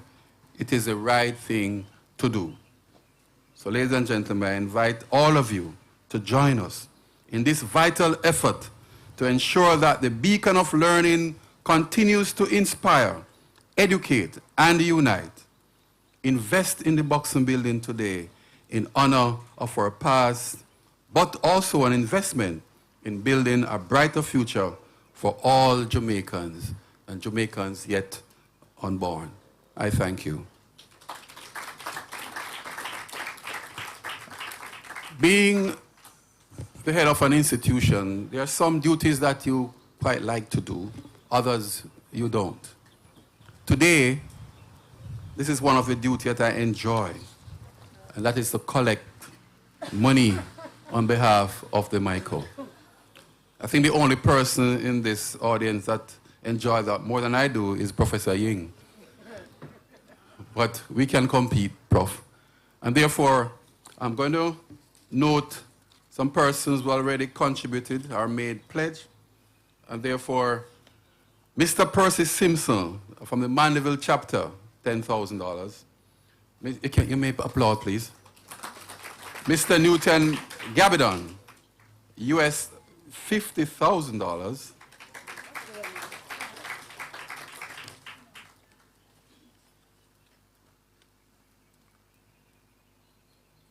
Dr. Glenda Prescott, a pledge of $100,000. Professor Neville Ying, a pledge of $100,000. And you heard it, Reverend Dorrit Campbell, a pledge of $100,000. Mr. Alfred Thomas, who is here with us as well, a pledge of $2 million. Dr. Glenn Christian and the Caramed Group, $5 million. Dr. Sylvester Tolo from Chemtech, $10 million. And you heard from the Chancellor that the Lady Michael Trust already donated equivalent of $16 million towards. Sorry, $26 million. And counting. Thank you. Now it's my pleasure to accept the checks for Mr. Neville Ying. Could you come forward and make your presentation, sir?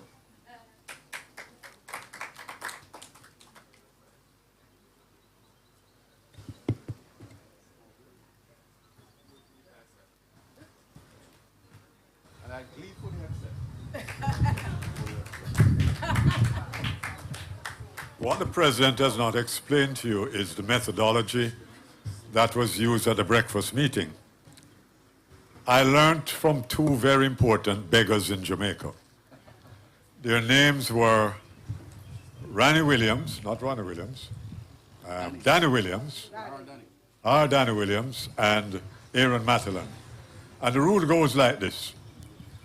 Whoever makes the first pledge, the next person who makes the pledge must give 10 times as much. And so on. And the others can give 1/5 because we realize that individuals want to make contributions. So that's how we raised the $17.1 million last week.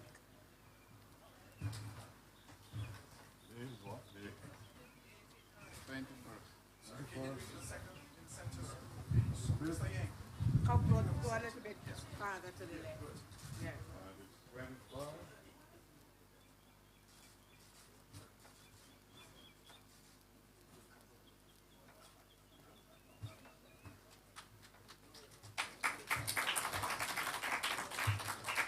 You need some help? Yes, please.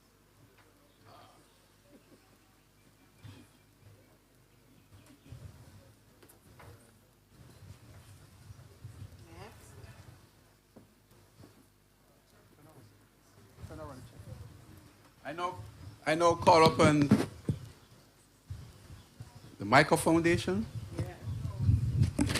That's Mr. Alfred Thomas. That's so? PMB Company Limited.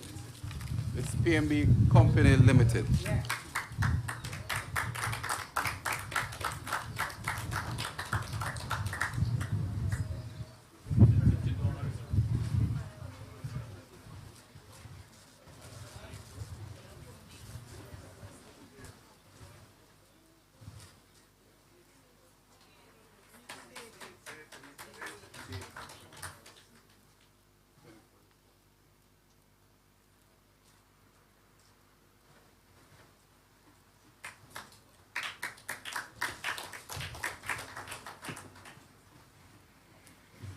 So where are you going to go?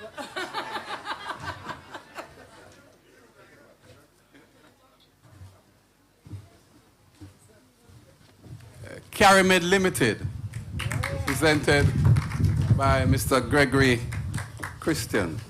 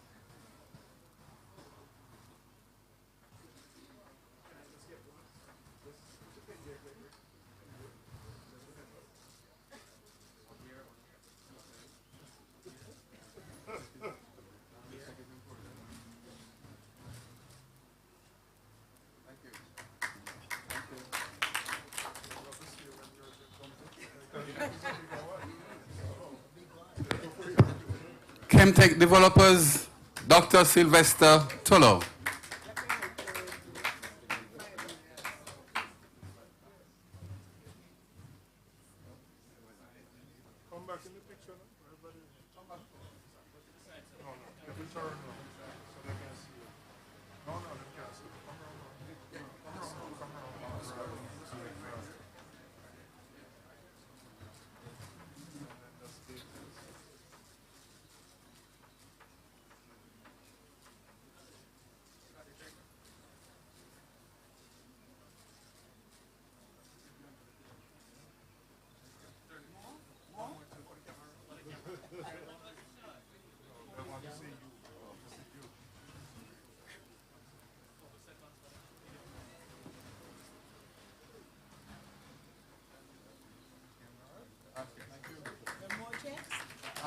Not yet. We have pledges. Thank you. Ladies and gentlemen, I thank you.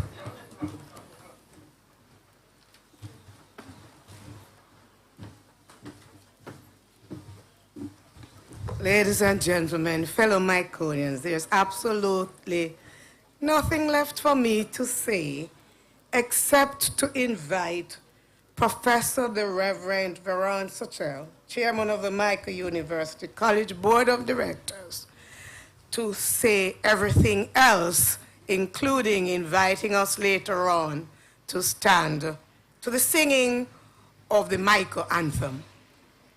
Rev?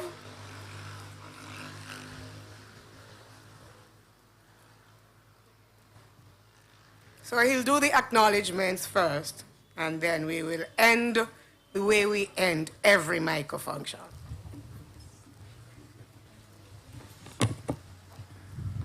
Madam Chairperson, not saying chairman or chairwoman, Madam Chair, Honorable Minister, Honorable Olivia Grange, Minister of Culture, Gender. It's a big ministry. It seems like a super ministry. Yeah. Mr. Julian Robinson,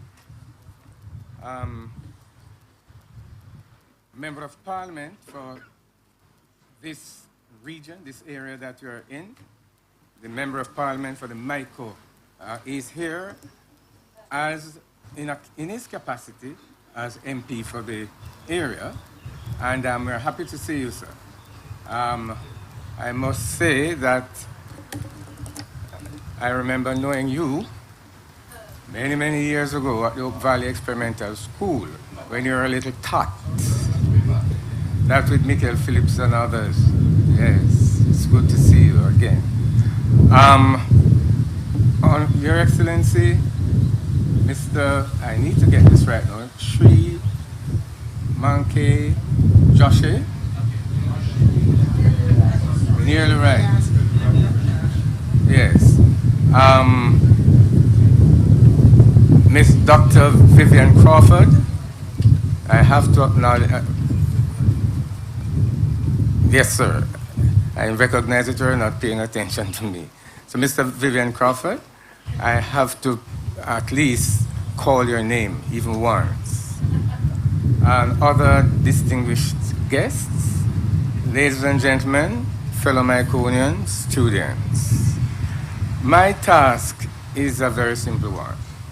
It's not to give a speech or to rehash whatever anybody else has said, but more, and just to keep it simple, but more so just to say thank you all for coming to this launch of the Buxton Michael University College Buxton Building Restoration Program. We all know that the Michael, the Buxton building, has, as the Honorable Ministers told us, it has withstood the test of time. It has, well, I couldn't say it has left, but it is making its footprints, placing its footprints in the sand of time. Many of us have passed through the doors of the Michael. And Michael, the Buxton building, as it is, it's an iconic building within the landscape of this is Kingston 4, Kingston 5 area. Kingston 5 area, yes. And so 135 years is a very long time. And of course, the structure would be deteriorating and as such would need restoration over time.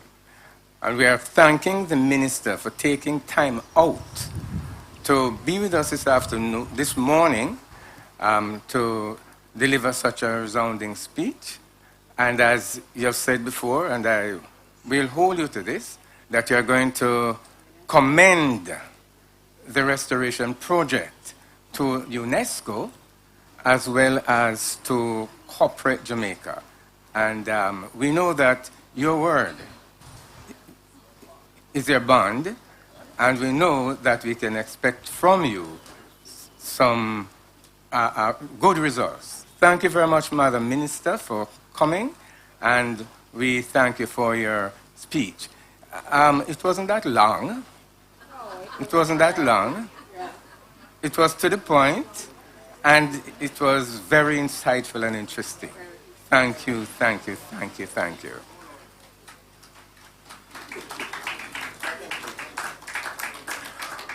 I must acknowledge Mr. Burchell Duane and Dr. Vivian Crawford for the, how can I describe it?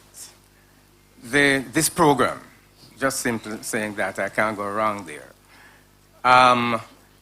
It is really and truly very, very, very interesting. It's a packed program, and I was wondering if I could sit through this, especially since at this time yesterday, I was in the endodontist's chair doing a filling, and up to this morning, it was really and truly giving me a hard time, and I thought that I wouldn't be able to come, but I had to come to this program today. I'm still feeling the pain, but I'm here, and as such, I must acknowledge the Micro Restoration Project team, and I must acknowledge Mr. Burchell Duane. Must acknowledge him. There are a number of other persons that we need to acknowledge. Professor Neville Ying, for giving us a journey through the history of the Michael, speaking to us on the Buxton building. He had the privilege of living there. It doesn't date you, sir, but for you to be living there, that must have been just a little before my time at the Michael, because I'm a Lushingtonite, and I lived on Hall. So I know what it is like to live on Hall, but the only thing that I was taken to the Buxton for was to be swung. Many people do not know what that means, but persons who are at Michael, Mr. Tullo, who was my senior, would recognize and know what we mean by being swung on the Michael Tower. That was where we went to be tried and punished when we did things that were wrong. So thank you very much, Professor Ying, for that historical walk. And I need also to say thank you to Dr. Glenda Prescott, for your inspiring talk and encouraging us on this project as you endorse, as the MOSA endorses this project.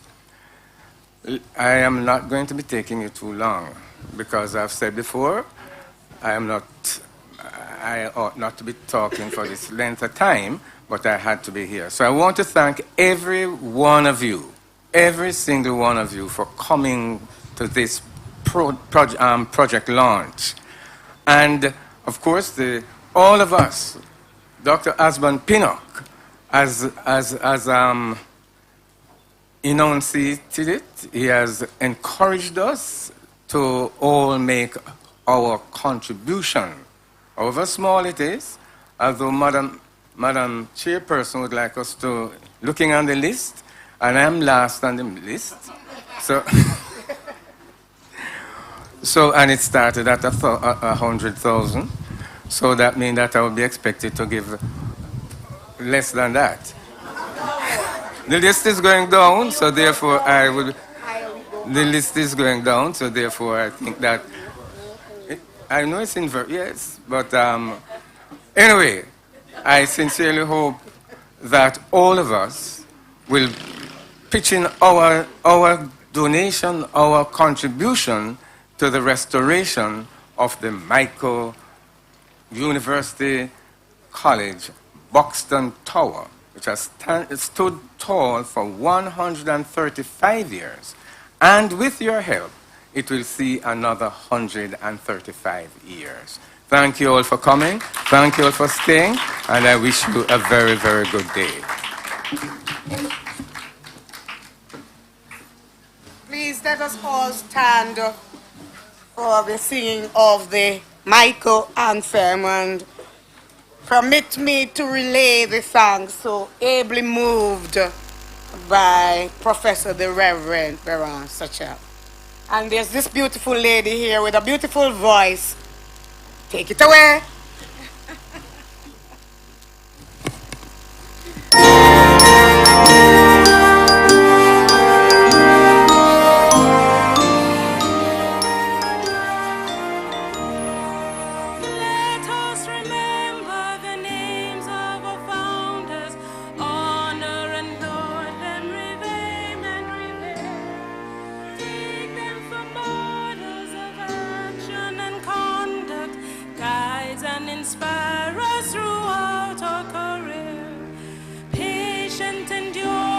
Unstinting devotion, passion and service for others adored. Never be yielded to forces opposing. Stay not their work for the space of an hour. When we go forth from the walls of the Michael, forth to lead others as we have been led. See that we hold to ideals that are lofty, emulate Michael's illustrious head. Onward forever, the children of the Michael, build them a monument shining and great. Give them the witness of noble ambitions, labor as they did for God and the state. Life opens up with its vital decisions, trials, perplexities, trouble and pain. See that we lose not the hopes and the visions, breathe not the spirit of Michael in vain. When for the future in faraway places, tenderly time to our minds may restore. Voices familiar and friendly old faces, shall we not long for the Michael once more? With your might, with your might, with your might, with your might, with your might, what your hand finds to do, that's the way. With the will in your work and your play, with your might, with your might.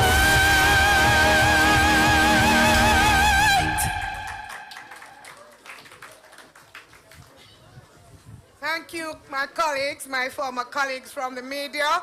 I was happy to have you here.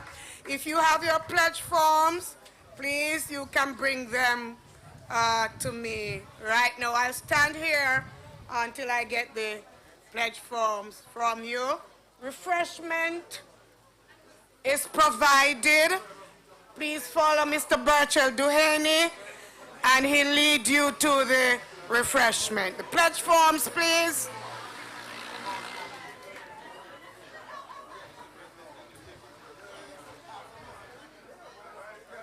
Those online, please take note of the account. You can make your transfer there and send your deposit receipt to the Michael Foundation.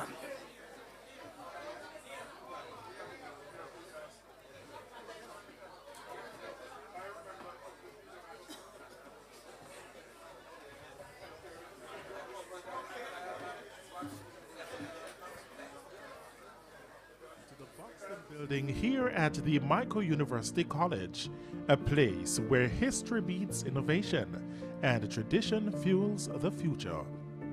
For over 135 years, this cherished landmark has stood tall, inspiring generations of leaders, including two of Jamaica's Governors General, Sir Clifford Campbell and Sir Howard Cook.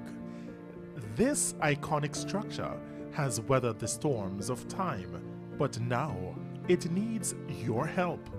The Buxton Building, the beating heart of the Michael, calls out for revival.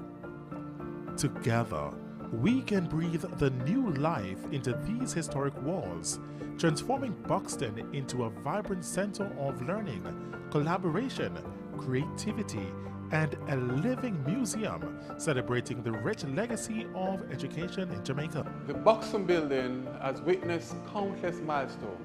Now it's our turn to ensure it stands strong. These walls are calling out for renewal. I invite every alumnus, student, and friend of the Michael to join me in preserving this irreplaceable landmark. With your gift, we will safeguard Buxton's legacy, ensuring its story continues to inspire for generations to come. Thank you. Every stone, every beam holds stories of ambition, resilience, and nation building. Your donation will help restore Buxton's architectural beauty, ensuring it remains a beacon of hope, scholarship, and excellence for generations to come. Let's honor the past while paving the way for the future. Every contribution, big or small, moves us closer to restoring the Buxton Building to its former glory and beyond. Imagine a Buxton Building reborn, a museum of dreams, a gallery of memories. 1949. A living tribute to Michael's enduring spirit. Together, we can create a space where dreams are nurtured, futures are forged, and history shines brightly once again. Visit us at themichaelfoundationja.org/Buxton Restoration to learn more and donate today. Together, we can breathe new life into the Buxton Building and build a legacy that will inspire for another 135 years. Donate and be a part of history again.